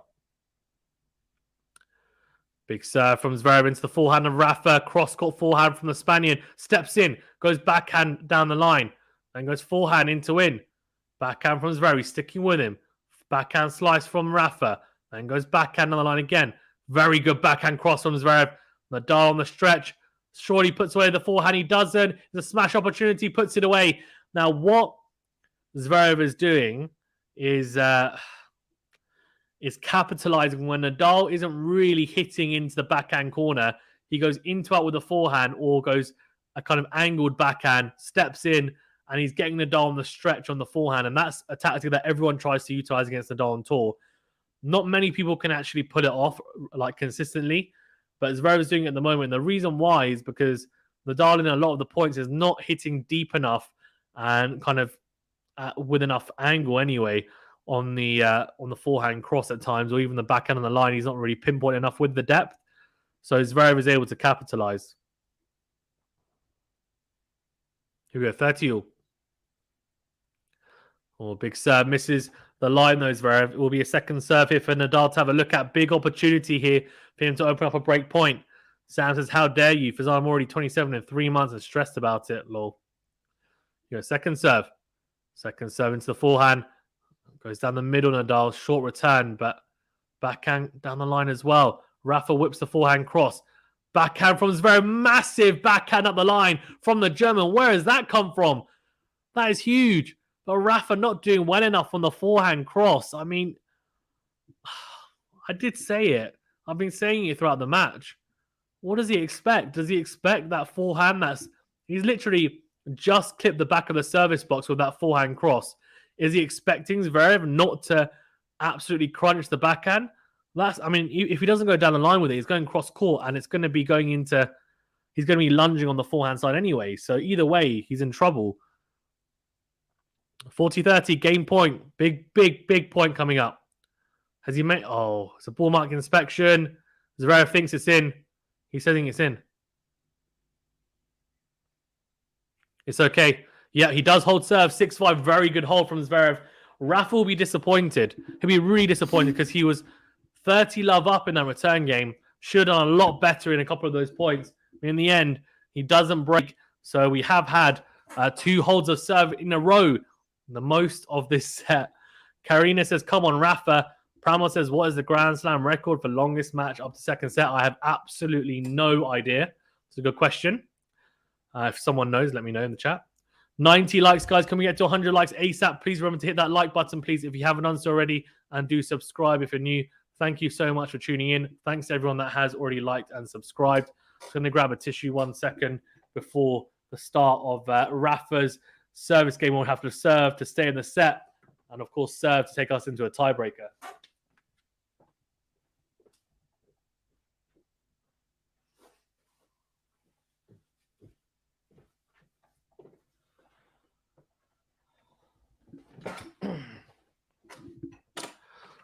Right, 5-6 down here, Rafa. Obviously, he is set up. Are we going to get another tiebreaker on our hands? That's what Rafa will be hoping for. What is this? 3 hours, and we're only just coming towards the back end on this set. We've only had 3 holds of serve out of 11 games. Unbelievable. MJ says, hi, Sam. Hi, MJ. How you doing? Or May. Hi, Fazan. Hi, May. How you doing? How you doing? May says, I can't watch Watching Friends. Why are you watching Friends? Are you a Rafa supporter? Are you saying you can't watch because it's too nervy for you? Or are you just watching Friends because you like watching Friends? Anyway, 5-6 down here, Nadal, and serving to stay in the set. Big opportunity for Zverev here. Big serve down the tee. And then goes into out with a forehand. Nadal, really good. Much better. Where has this been from Nadal in the last set? Like, it's so weird. It just suddenly comes out. Great serve 1+ play there. May says, Friends TV show, I'm too scared to watch. I went to the grocery store and didn't buy anything. That's absolutely hilarious. Very nervous like Sam, I see. All right, 15 love. Big opportunity here for Nadal to go 30 love up. Just give himself a cushion, a little bit of a cushion. Well, he does hit the first serve long, so it will be a second serve here for Zverev to have a look at.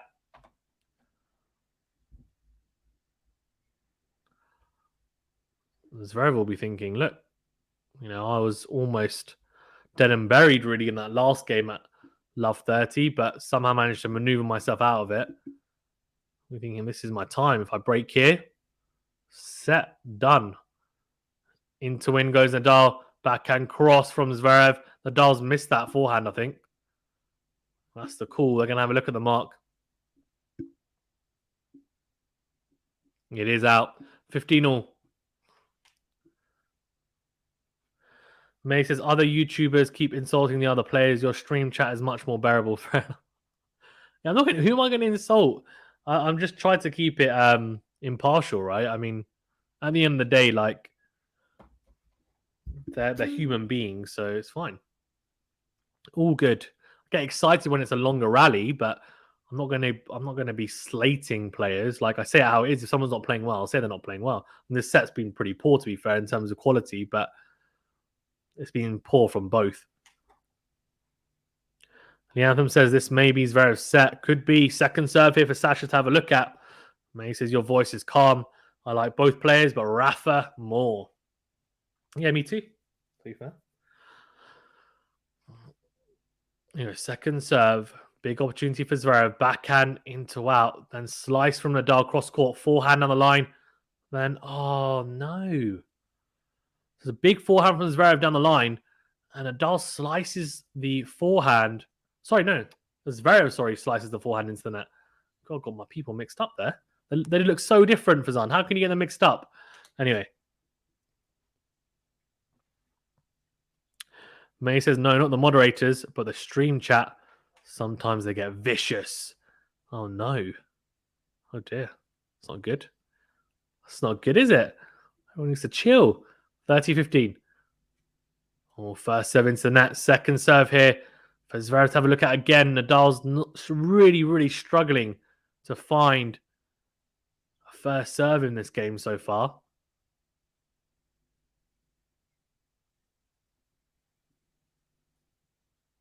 Here we go.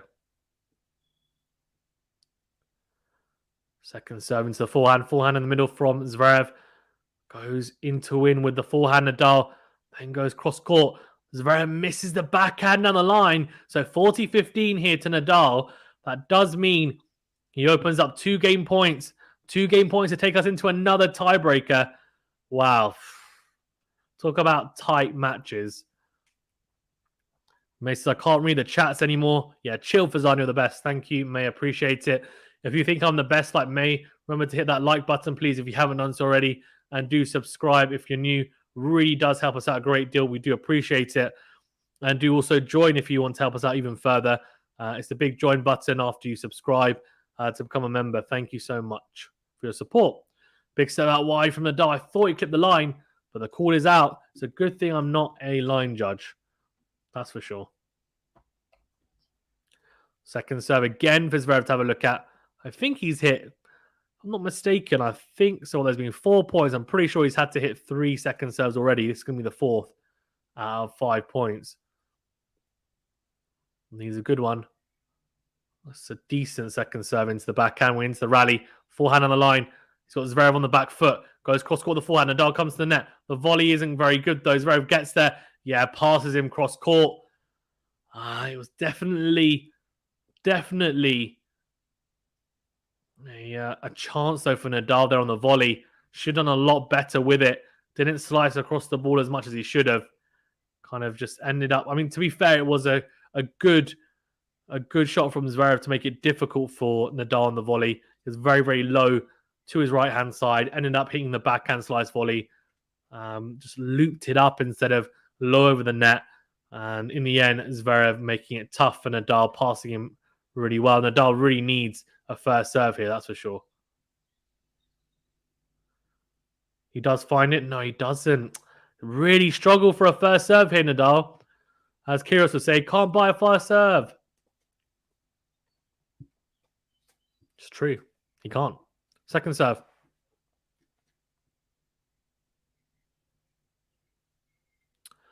Oh, ZVEREV is going to be thinking, let's take him to juice. Let's push him. Let's push him. Oh, Nadal's taking his time. This is a side as well, by the way, that he served that double fault from. And if he does serve a double fault, it would normally be from this side. But it's a good second serve. Into the rally. Into in forehand. Then goes backhand cross. Forehand cross from ZVEREV. Then goes into win Nadal. Backhand cross from ZVEREV. Then down the line from Nadal. Comes to the net. Oh, ZVEREV slips. Oh, is he okay? Oh, he's in pain. Oh, he's in a lot of pain. He goes forehand on the line into the tram lines. ZVEREV has slipped. Oh, his ankle's in pain. Oh, he's in a lot of pain. Uh-oh, that's not good. We're going to a tiebreaker. Well, we are going to a tiebreaker. ZVEREV's okay. He slipped and he looks bad from what I can see. Well, the initial pain is bad anyway.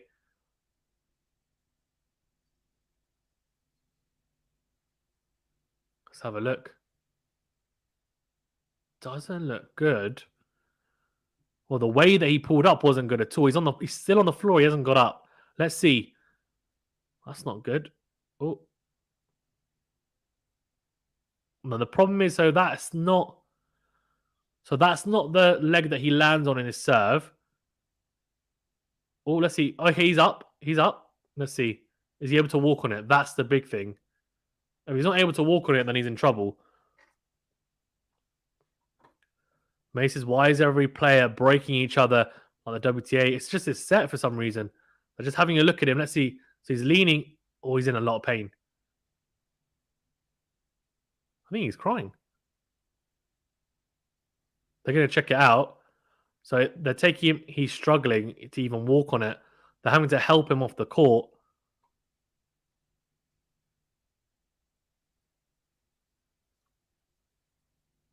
Is he even able to put weight on it, though? Kind of.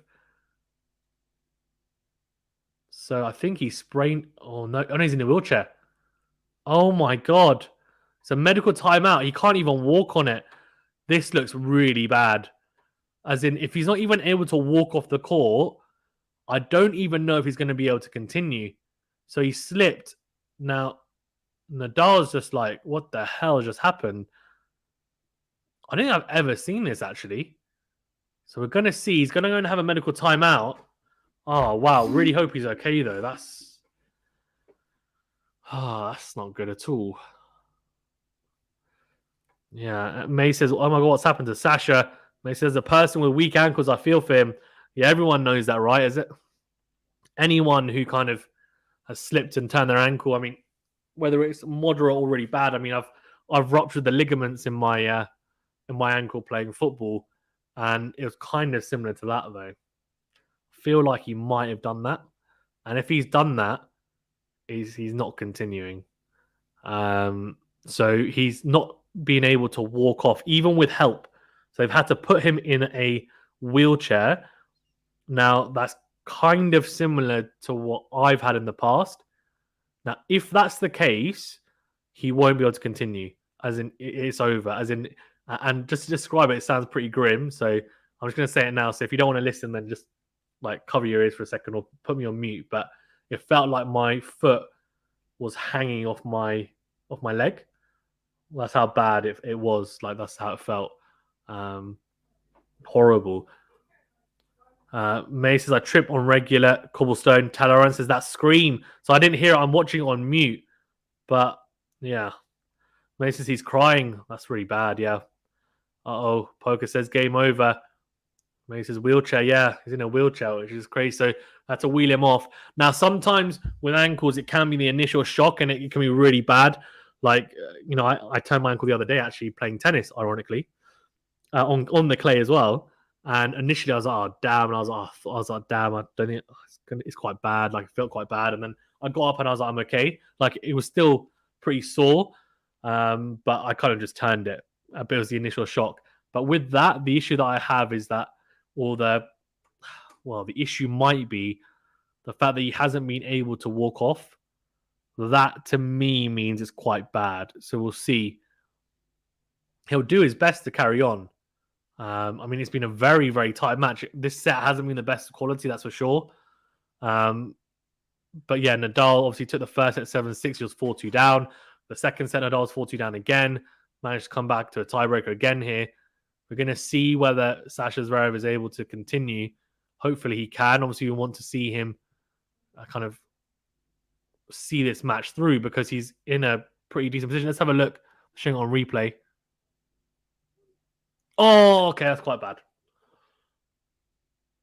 So they just showed it on replay and his ankle was turned in like that and he's put all his weight on it. Now, the issue there, I'd be surprised if he continues, if I'm being honest with you, considering he got taken off on the wheelchair, but we'll see. We'll see. May says, whoa, I feel so bad for Sasha. And May says, not like his, but rolled over his ankle, says Poker. Thing is, it depends, right? So rolling over your ankle is very different. You can roll over your ankle, but to very, very different degrees. So like some are basically where, as I said, like you just kind of, you twist it. Some you twist it and it's fine. You can kind of walk around on it again and then you feel fine. Then you sprain it and that's really bad. And you're like, okay, like normally you can't carry on when you sprained it, but it's not so bad that like you've ruptured ligaments. So you kind of normally are able to play maybe after a couple of days of resting it.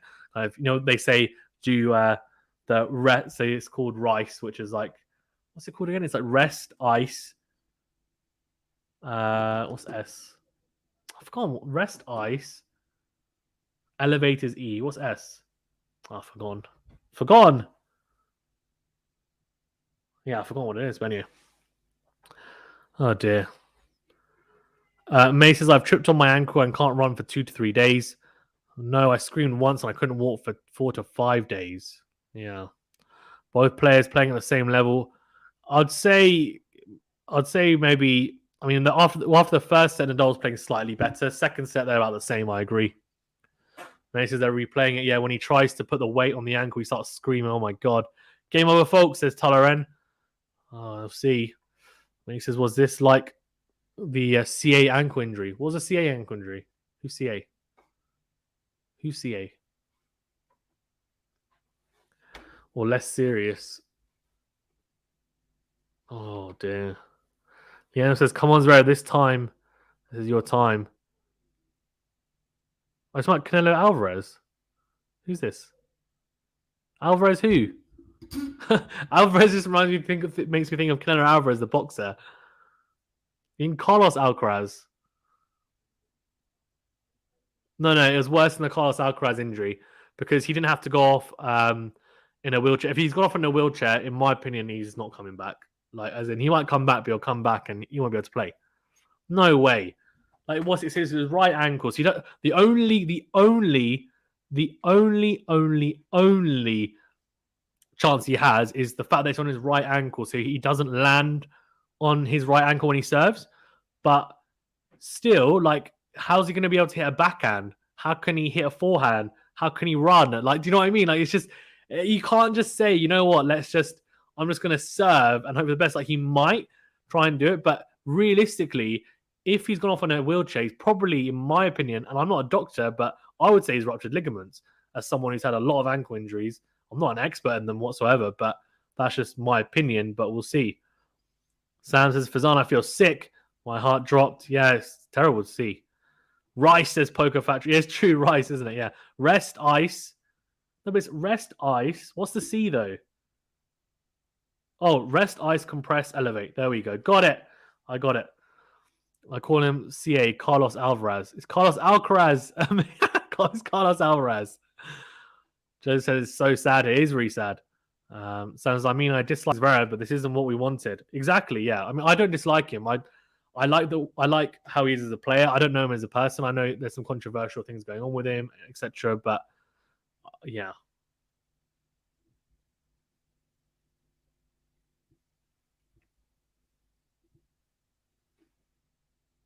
Let's see. Oh. So having a look. He's on crutches. He's done. He's absolutely done. Oh dear, that is such a sad way to end the match. That is so sad. I knew it would happen. He's on crutches, so that's it. He's done, and then he will be out. So I was out when I ruptured my ligaments. I was out but he's an elite sports person. I mean, he'll recover a lot quicker. I was out for about 3 months. He will probably miss Wimbledon. I would be surprised if he plays Wimbledon. Very, very surprised. That's so sad, man. Yeah, rest, ice, compression, elevation. There's a hug at the net. So ZVEREV has retired. Really, really, really sad to see because we're going into a tiebreak in the second set. Still all to play for. Nadal, of course. I mean, look, talking about it from a winning kind of percentage. I mean, he's always going to be a favorite. ZVEREV just putting his crutches up to say thank you. I mean, it's nice for him to even come back out. Didn't need to, but wow, that is crazy. That's absolutely crazy. That's so sad as well. Like, what a way to end it. Like, you don't want to see any match ended like that. It doesn't matter if I'm an Nadal fan, but do I want? No way. Like, you want it to be played till the end. You want a fully fit ZVEREV. Poker saying he could be at Wimbledon too. I think he will be. I'd be very surprised if he's on crutches. They've got it off. Most likely. Now, it could be a precaution. I don't think it is. I think he's probably out of Wimbledon as well, which is really sad as well because he's got the type of ability he's got. He should be able to carve a decent career out of it, but we'll see. Crazy, absolutely crazy. Let's get to the rest of the comments. May says, Sam, oh my god, I love Nadal, but not like this. Yeah, it's true. Tyrone says, why is the roof still closed? I don't understand. Because it's still raining. Still raining, Tal. Relax. Why are you so obsessed with the roof? Sam says, the way he was crying, I don't see him coming back. Yep, he didn't. Take some time to get the roof off, says May. Yep. Lol, Canelo Alvarez. Yeah, we do have a boxing channel as well, by the way. It's a separate channel called QualityShot Boxing. If you like boxing, you can check that out. Subscribe. May says, whatever, Alvarez. Yeah. I think this match is over. Sam says, I was dying for Rafa to win that tiebreak. May says, Alcaraz, I think of the Gibraltar semi-final. He could be out of Wimbledon too. Yep. Nadal, something from Dragana in Serbian. May says, ZVEREV is good on grass. He could be good on grass, yeah. May says, is it Alcatraz? Sorry, Alcaraz. May says, I'm really bad with language. No problem at all. Sam says, I'm really gutted. Zverev has been depressed as well. I hope this doesn't make things worse. And Liam says, so sorry for Zverev. Very sad. Very, very sad. I don't know what Nadal's saying. It's on mute for me, but I'd imagine he's pretty sad about it as well. And, like, it's so sad, man. Like, no one wants to see. In fact, I can have a quick listen. Let me have a listen while he's talking. Well, I think I missed it. Oh.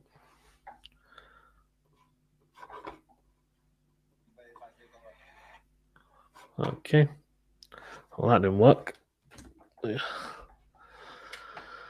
Oh, dear. It's crazy, though, isn't it?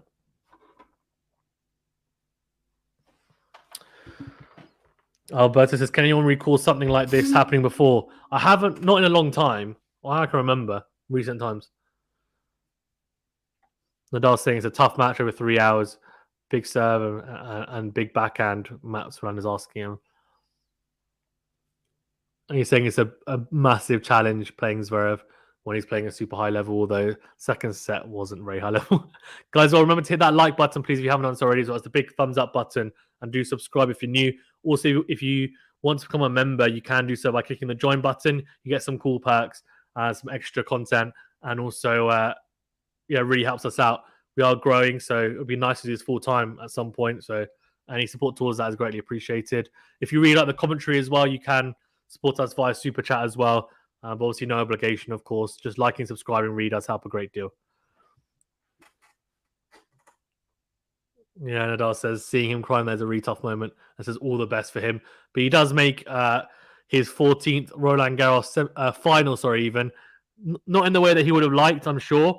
But he'll be grateful to make it. And he'll play the winner of Casper Ruud or Marin Cilic in the final. And I have to say, this match, although Nadal still would have been the favorite, even if he'd lost the second set, it definitely wouldn't have been straightforward. And the fact that it'd been over 3 hours, I think, shows that. And I think it's more just the fact that, like, looking at it, like, Nadal,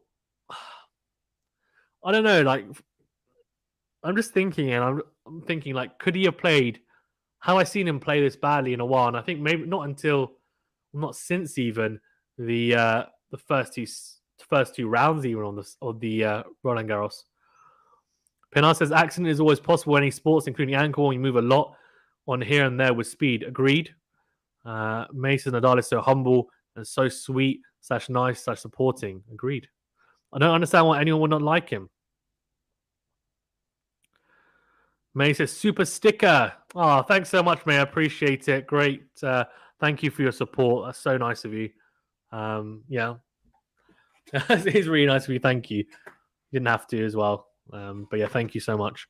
Joseph says, what time does the next semi start? So it's supposed to start after this. So we are going to be covering it on this channel. So do make sure that you tune in for that.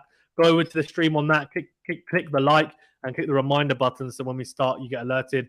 It's saying 5:50. So in half an hour, just under half an hour's time. May says, I'm back in New York City from Paris, so I can send money. Like, well, I hope Paris was good. And obviously watching the Roland Garros as well. I hope you had a good time watching it. And good that you're back in New York and obviously paying me money. Loving it. No, but thank you. Appreciate it. Karina says, I agree. Nadal is humble, nice, and supporting. He's a great person.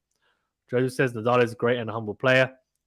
Bastion says, what is happening at the game? My bet got suspended. So, Bastion, actually, I wonder. So, I have no idea, by the way, about what happens in terms of betting market because I don't bet. But I'd imagine people are going to lose a lot of money because it's finished because Zverev has retired. So I'd imagine if anyone's bet on Nadal winning in straight sets or 4 sets or 5 sets or Zverev winning in straight sets or 4 sets or 5 sets will lose all their money because there would have been an option, right, to win if Nadal wins by retirement, and that hasn't happened.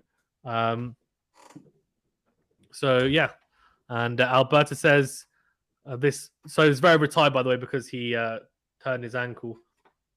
Alberta says this match might have gone longer than Nadal versus Djokovic. I agree. I think it would have.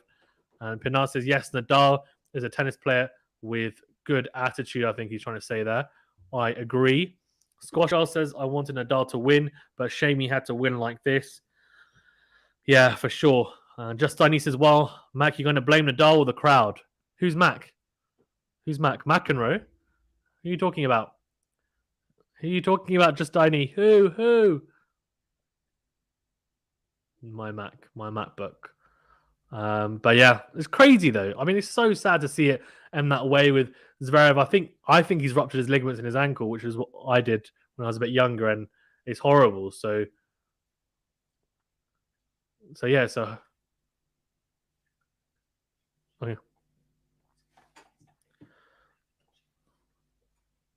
But yeah, what a way to end it. We'll go through the stats in a second as well, because I would like to go through those. It'll be very interesting to see what transpired in terms of when it's time for Sarah's and everything else, because it wasn't the highest level by any stretch of the imagination. I think both could have played better, especially Nadal as well. And Zverev hit a lot of double faults in crucial moments. But I think overall, it was entertaining whilst it lasted, that's for sure. But yeah, guys, as well, thank you so much for tuning in. Remember to hit that like button and subscribe if you're new. Let's see, can we get to 100? We should be 96 likes. Okay, 4 more of you. If you haven't liked the video, please hit that like button, please. Really appreciate it. It helps us out. Come on, let's get past 100 likes. May as well, amazing. Thank you for the super sticker as well, saying you're amazing. Thank you. May is so lovely. I do appreciate it, May. Thank you. And Bastian says, I betted Nadal to win the match. I don't know what happens then. Then you'll be fine. You'll be fine, I'd assume, because Nadal won, right? You didn't do it like Nadal wins by this margin or whatever, so I'd assume you're fine. I'd assume. But yeah, so you should be fine. But Justini says, yes, McEnroe. He keeps attacking Nadal and pining to Djokovic. Oh, so I swear, didn't he always used to bash Djokovic, and now he loves it? McEnroe's funny, man. I mean, he does whatever he just says whatever's on his mind and doesn't care what the repercussions are. And I mean, that's fair enough. It's up to him, right? I mean, do whatever you want. Guys, of course, as well, do remember to stay tuned for about half an hour's time. We're going to be doing Casper Ruud versus Marin Cilic in the other semi-final. We're going to be doing the women's final tomorrow and the men's final on Sunday, which, of course, will include Rafael Nadal. Yeah, so Alberta says it ended on a tiebreak fair. Yeah. Justini says Zverev seemed to have had such bad luck. In the US Open semi-final, I thought, he was very, very close to winning that. He had a lot of chances in that, and that would have been a turning point, I think, if he'd played Medvedev in that. I think he probably would have lost to Medvedev, but just the level he played at the Olympics was really good. ATP finals last year. He's kind of dropped his level then at the start of this year. Picked it up a little bit in at this tournament. Played really well against Alcaraz. Of course, beat him, who was the favorite going into that match. So it's just a big shame. Like, no one wants to see a match where it gets ended on that. Anyway, let's go through the stats. Guys, 97 likes. Can we get to 100 likes, please? 180 of you in the chat. That means that all of you like the video. Come on, help us out. Help a man out. Help a brother out. Please remember to hit that like button if you haven't done so already. Really does help us out. Before you go as well, and do subscribe if you're new. Also, you can join and become a member of the channel by clicking the link in the chat that I've just put, or the join button after subscribing. It's a very, very there's varying levels, and obviously it all really helps to the channel. So yeah, there's also exclusive content and some cool perks on there as well. So if you are interested, check it out. Liam says, so sad for Zverev. Yeah, very sad. Very, very sad. I'm going to go through set 2 stats and the match stats, and then we'll wrap it up. Justani says, I was afraid of a letdown game by Nadal, or even him looking ahead to Wimbledon. That can't happen, right? I think he would have won. I personally think he probably would have won eventually, but I think the second set he might have even lost in the tiebreaker. And then he ebbs and flows. I mean, he did it against Djokovic, really. He was really good in the first set. Second set, he dropped off. Third set was good enough. Played well. Fourth set was bad, was 5-2 down, and then somehow found it like a second win, played some unbelievable tennis, managed to win it on the tiebreaker. So, the Nadal at this age and just how he's playing, he's a phenomenal athlete and phenomenal player, but he isn't able at times, I think, against the very top players, maybe the top 5 players, to necessarily play 3 straight sets of really high level tennis. and then almost has to rely at times on the opponent to play badly for him to win a set out of those 3. Or he has to win in 4 or 5 sets. And I think that's kind of what we're seeing. We saw something relatively similar at the Australian Open, like when we saw, like him win against Medvedev. The first 2 sets he played really poorly, picked it up really nicely in the 3rd set, and then that's it from there, just steamrolled. Justine says, is Nadal playing as McEnroe puts it at his highest level? No, not in a million years. McEnroe is talking rubbish. I love McEnroe. Sorry, McEnroe, if you're listening to this, we want to have you on the channel for an interview. But in terms of that comment, that was rubbish. I'm just joking. But in all seriousness, I don't think so, in my opinion anyway. I don't think he's playing his best tennis by any stretch of the imagination. No way. No way. Against Djokovic, he played a really good match. But no way did Nadal... no way is Nadal playing his best tennis.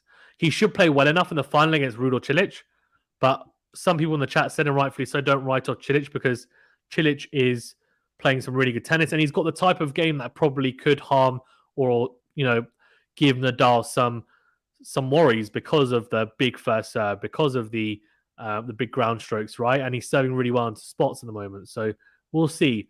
Nadal's faced someone similar to Cilic in the past before, though, but he's a very talented player, and when he's hot, he's very hot and can play extremely well. So we'll see. Justine says, is Nadal playing as Mac put it at his highest level? Yeah, we've gone through that. Thus, 8 says, I blame that choker Carlos Alcaraz. This is on him. Fair enough. Alberto says, what do you mean? Talking about Alcaraz losing to ZVEREV, I think is what he's saying. Justine says, we can't lose Nadal to retirement. The world would turn away from the game. I don't think so. I think we'll be fine. We've got Alcaraz coming through. Incredible player. We saw Holger Rune playing some incredible tennis. We'll be in good hands. I think there will be a massive black hole when, like Federer's pretty much on his way out. Like Laver Cup, he's playing in September. I'm supposed to be going to that, and hopefully I'm going to see Nadal and Federer playing doubles. That's going to be incredible. I really, fingers crossed, hope I see that. I'm going Saturday Eve. So that should be the slot they play, I'd imagine, if they do play, which they're down to play doubles and down both to play in the Laver Cup. I can't see Federer playing past this season, and I can't see him winning another slam. For Nadal, I can't see him playing past the end of next season, so I can't see him playing the 2024 season, personally. But if you want to hear more of my thoughts on that, I'm going to do some exclusive content, probably for members on the channel, about Nadal and his prospects for the future, with some research as well, but we'll have a look at that. So Sonny says, Alcaraz is a kid, give him a break. It's true. Alberta says, Nadal's best tennis is comparative to the season he's in presently. Different season, different level, but he's still competitive. Yeah, I agree, Alberta. So I think if we're talking about it from this season, I would say his best level was against Djokovic last match of the season. If we're talking about it from, is he playing the best level of the competition? Probably. And maybe that's what Macaron was saying. So that's a really good point, Alberta. Well, I agree. I agree with you. Justine says, I predict some kind of final run by Fed. Maybe at a Masters tournament or a WTA 500 or 250. I can't see it at a Grand Slam. I think he's going to be really hard-pressed to even play Wimbledon. He probably will play, I imagine. It's going to be tough, though. It's going to be really tough for him. Last 8 says, Alcaraz is the same age as Nadal when Rafa first won Roland Garros. Kids are under the age of 13. Carlos is a man. He is a man, but he's still a teenager, though, you have to remember. And you also have to remember that he's playing in an era that is a lot harder than when, for example, a lot harder than when, Nadal first broke onto the scene. Even though Federer was dominant, I'm a Nadal fan, but it was really only kind of Federer in terms of the level that we're seeing now. Dasani says, Wilander won the French at 17, guys. Think about that. Crazy, yeah. PK says, first time to the channel, wanted to know what are all the live matches that will be covered. Thank you, PK, for joining. If you're new to the channel like PK, remember to hit that subscribe button, please. We really do appreciate it. And do hit that like button as well. If you're new, hit the subscribe button. If you're old or new, hit the like button. And if you want to support us even further, you can with the join button. In terms of live matches, we're going to be doing Casper Ruud versus Marin Cilic later on today, which is only in about half an hour's time, actually. So I'll wrap up soon. And then we're going to be doing Coco Gauff versus Iga Swiatek tomorrow. And then we're going to be doing the men's final on Sunday, which, of course, will be Rafael Nadal versus either Casper Ruud or Marin Cilic or Casper Ruud. We'll see. Justini says, I think Tracy Austin was like 14 when she was doing things at the Open. Yeah, but it's all comparative, guys. All very comparative. Matteo says, hi. The Nadal win is a cash out or is it void? Says Matteo. I have very, very limited knowledge on betting because I don't bet. It's probably not the right person to ask. I mean, he won, but by default, I guess. Not default, I guess, by Zverev retiring. So I don't know what that means in terms of betting sense. Bud says over 100 likes. Yeah, thank you so much, everyone who's liked the video. We have got over 100 likes. Amazing. Thus it says, when do you think was Nadal's absolute peak at Roland Garros? 2008, 2011, 2012, 2014. I would say 2012 when he beat Novak. That was the best, highest level match I've seen on clay. I'm not sure. You know what? I'm going to do some research on that. Most likely we'll do a video on that because that's a really, really good question. Yeah. But yeah, also, by the way, if you do become a member by clicking the join button, you will get all the content you're getting now on the channel, but you'll get some additional bits. So I actually put out, and some members have already started putting in requests for specific videos or content they want. So I'm going to be making videos on that as well. So you do get some cool perks on there. So do check it out if you're interested. Justani says, does Djokovic have 3 slams in him if Nadal gets this French? Good question. I would say it's becoming increasingly unlikely, but he'll be favourite at Wimbledon, he'll be favourite at the US Open, and he'll be favourite at the Australian Open. So, yeah, I don't know. We'll see. We'll see, eh? We'll see. Right, okay, let's go through the stats before we wrap up for set 2 and the match. So aces, 2 for Zverev, 0 for Nadal, 4 double faults at some crucial moments, but he did manage to get it to a tiebreaker, of course. 1 double fault for Nadal. Zverev at 67% first serve percentage, Nadal 49%, which is really poor. And this is when Nadal was struggling. And the reason why the serve stats are so poor is because he only held serve once, right? So 49% of first serves made, 40% of first serve points won, 48% of second serve points won. Not great. Well, he only held serve twice even, sorry. Zverev, 46% of first serve points won, really low as well. 36% of second serve points won. So these stats just show how poorly they're backing up their service, their serves even. The 1+ plays, 2+ plays, just not really there. Very tentative, a lot of mistakes. Not great from either. And break points converting 4 out of 6 for Nadal, 4 out of 5 for Zverev. Winners unforced errors, 11-16 for Nadal, 15-21 for Zverev. 71% of net points won for Nadal, which is good. 47% for Zverev, which Matthew was saying earlier in the stream is really poor. And you can see that's an indication of it. But yeah, the winners unforced error count, not surprising. It was a really low level, I thought, the second set. And we're looking from a match stat point of view. 3 aces to 5 for Zverev. 8 double faults compared to 1 for Nadal. First serve percentage very low compared to that Djokovic match. Is almost 70% against Djokovic. 60% for Nadal. 77% for Zverev. First serve points won really low for both. 58% to 56%. Both very good returners, but still very low by their standards. Second serve points won 49% for Nadal. 38% for Zverev. Break points saved 38% for Nadal. 55% for Zverev. We're looking at it from a winners to unforced error count. 21 for Nadal, 21 winners for Nadal, 26 unforced errors for the Spaniard as well. For Zverev, 40 winners to 47 unforced errors. So not terrible, but not great.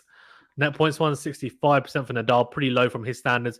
47% for Sasha, which is very, very low. Very, very low. But yeah, interesting stats there. Let's go through the comments.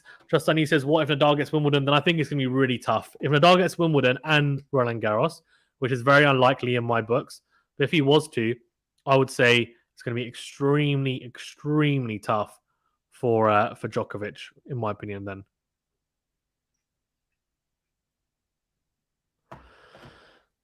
Tushar says we could have Medvedev, Zverev, Nadal, and Rublev in the top 10, all playing Wimbledon Djokovic has to be a mega favorite to win for sure now. Yeah, I agree. Definitely, Tashar, I 100% agree.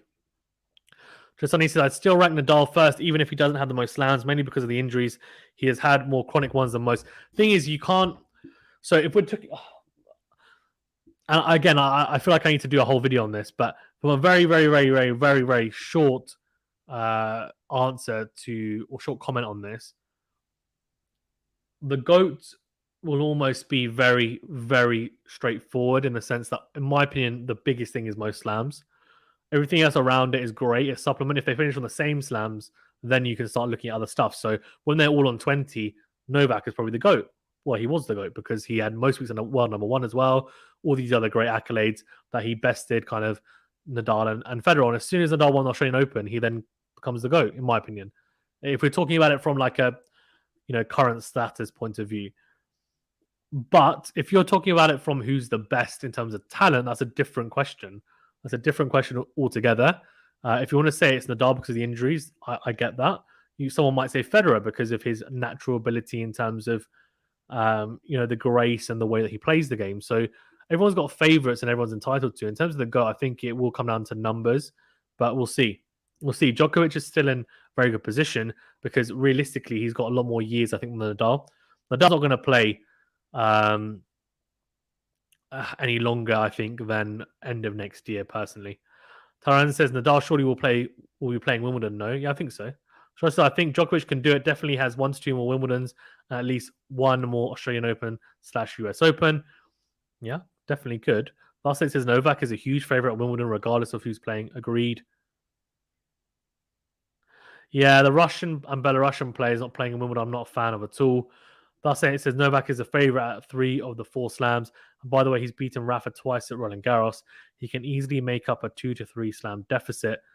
He can, that's 8, but the thing is, what I find and what I'm finding is that the longer this goes on, the less likely it is for people to start winning multiple slams in a row. These guys, even though Nadal, say if he wins Roland Garros, right, on Sunday, that's great. 2 slams in a row, unbelievable. Do we honestly think that he's going to do that much more? If, again, as in, these guys can't keep it up forever. He's having cortisone injections. He's going to be done. He might even be done at the end of this year, but I mean, he'll definitely be done by the end of next year, for sure, in my opinion. Justine says, yes, I think Joker has many slams left.